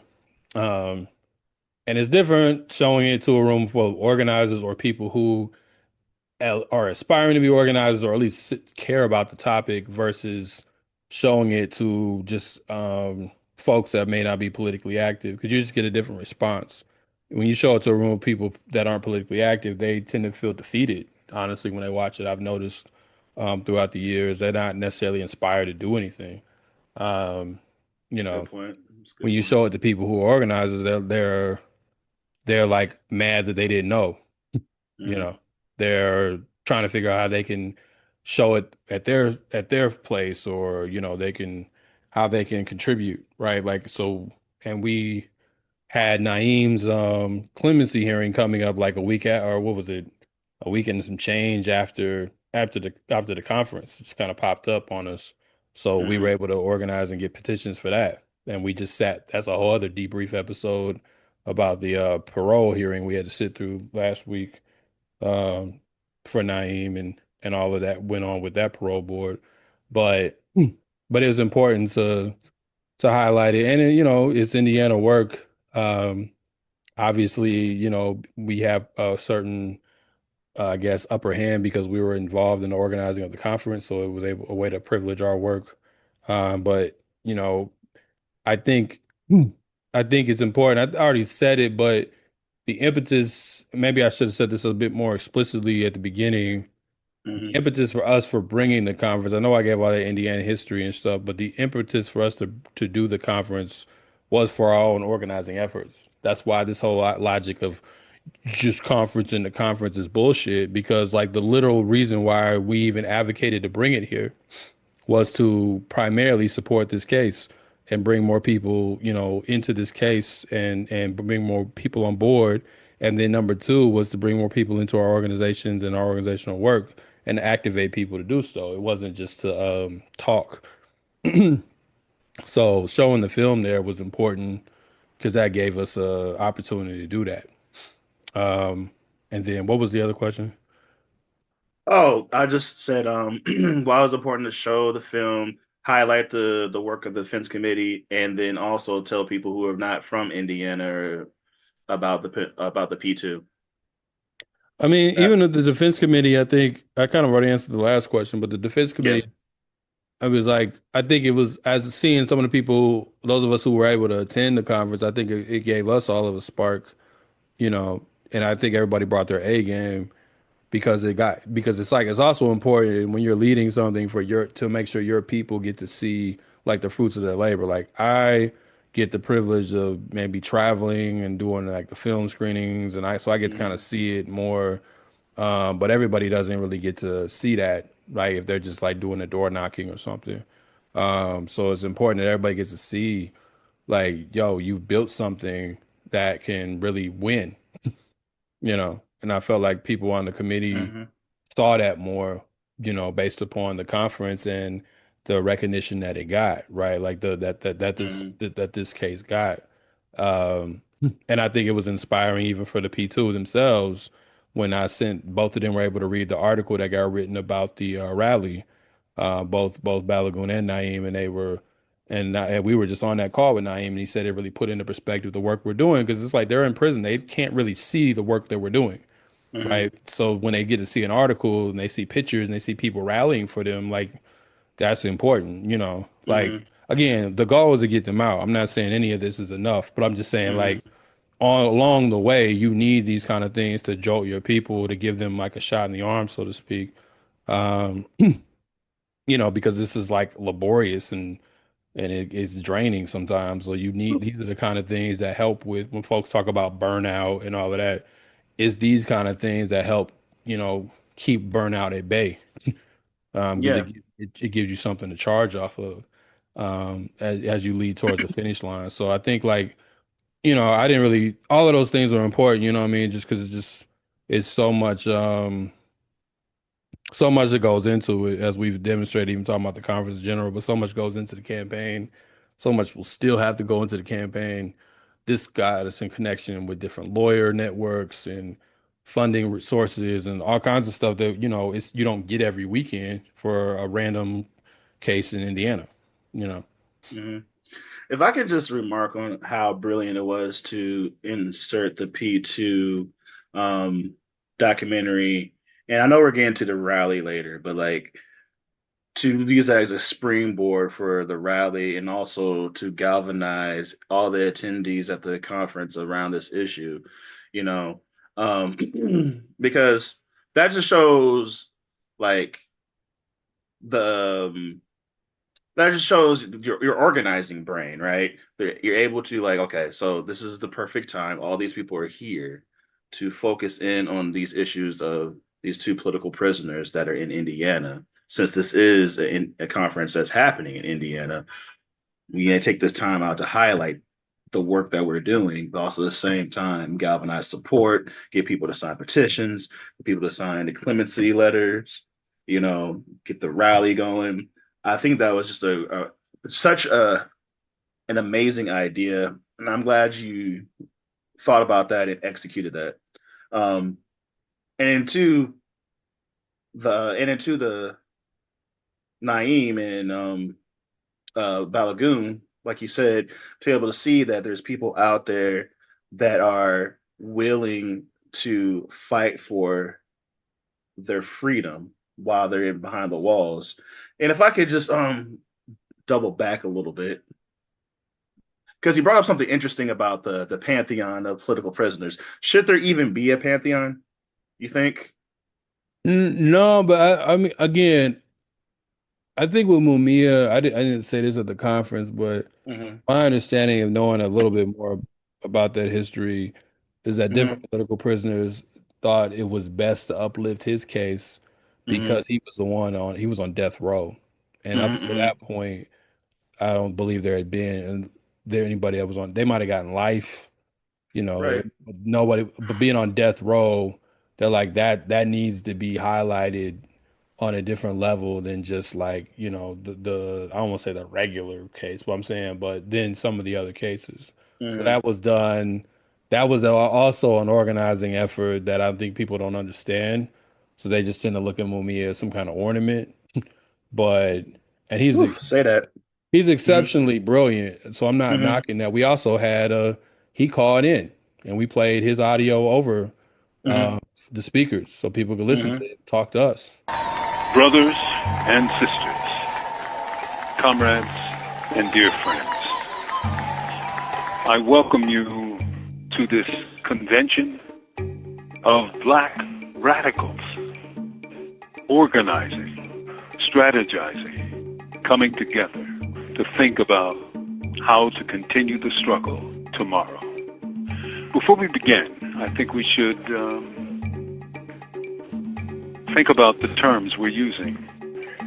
The word radical is used as a curse in today's culture, in America especially.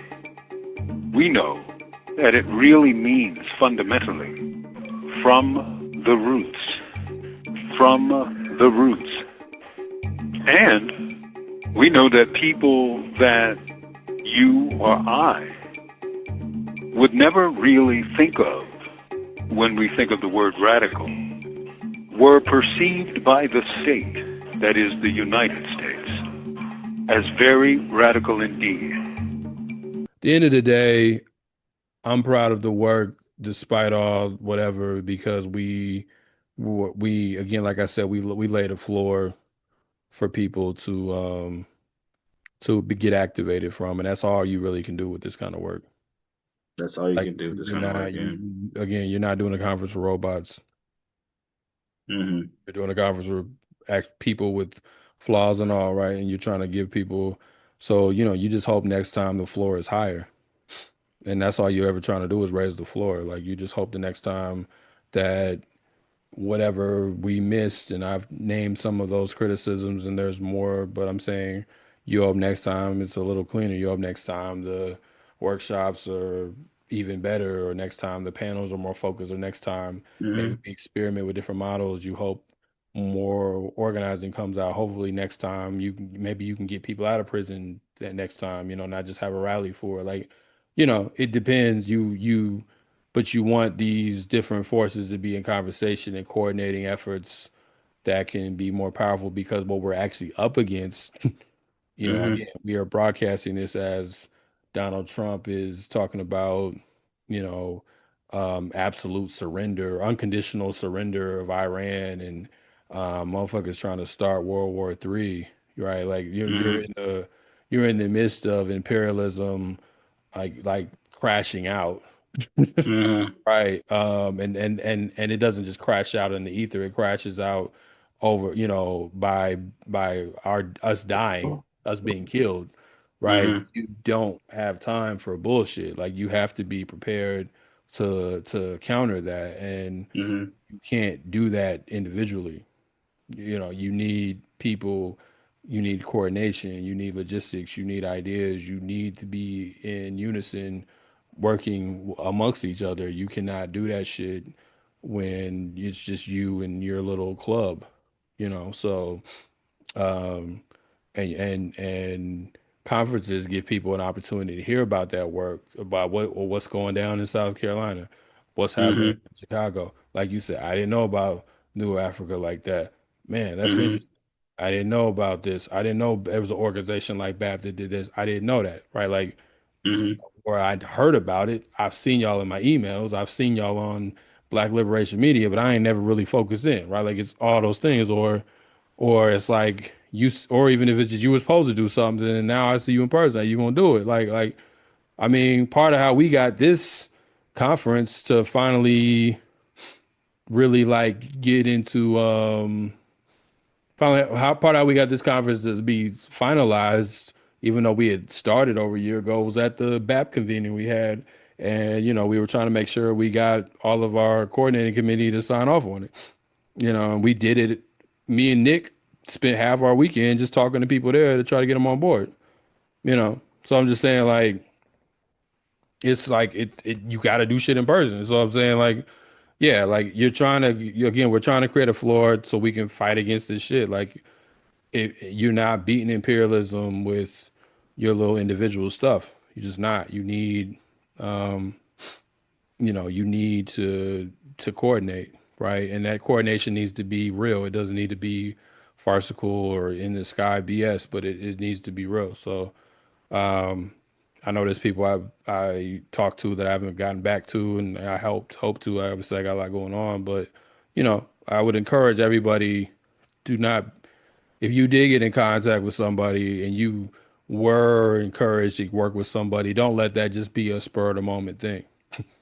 Mm. Like, don't let that just be I was just in the vibe, and then you go back. Like, if you and it's think it's better to say this now than to say it right after the conference, because you've probably, whatever high you have has probably went down, and now you need to sober up. And it's like, if you did talk to somebody that might be able to connect you to this, or who might be able to help your org with that, or you found common ground with someone, like, reach out to them, Mm-hmm.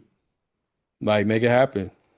Again, there's people I need to get back to myself. I hope to get back to them, Same. but I'm just Same. saying, Same. like, Same. I would encourage that. Don't let now, if there's people you talk to who you don't find useful, then don't talk to them. You know what I'm saying? But but if there's people who you found to be, useful, whether you agreed on everything or not, then reach out or hit them back, Mm-hmm. and see what you can make shake. Because, like, we don't need that. Yeah. If I could say that my moment at the conference and rally was, I mean, not to sound hyperbolic, but it was life changing for me. To be there with all these Black radicals, all coming from different perspectives and different organizations, all on one accord, talking with one another, conversing with one another, trying to figure out the issues that we have set before us and trying to solve those issues.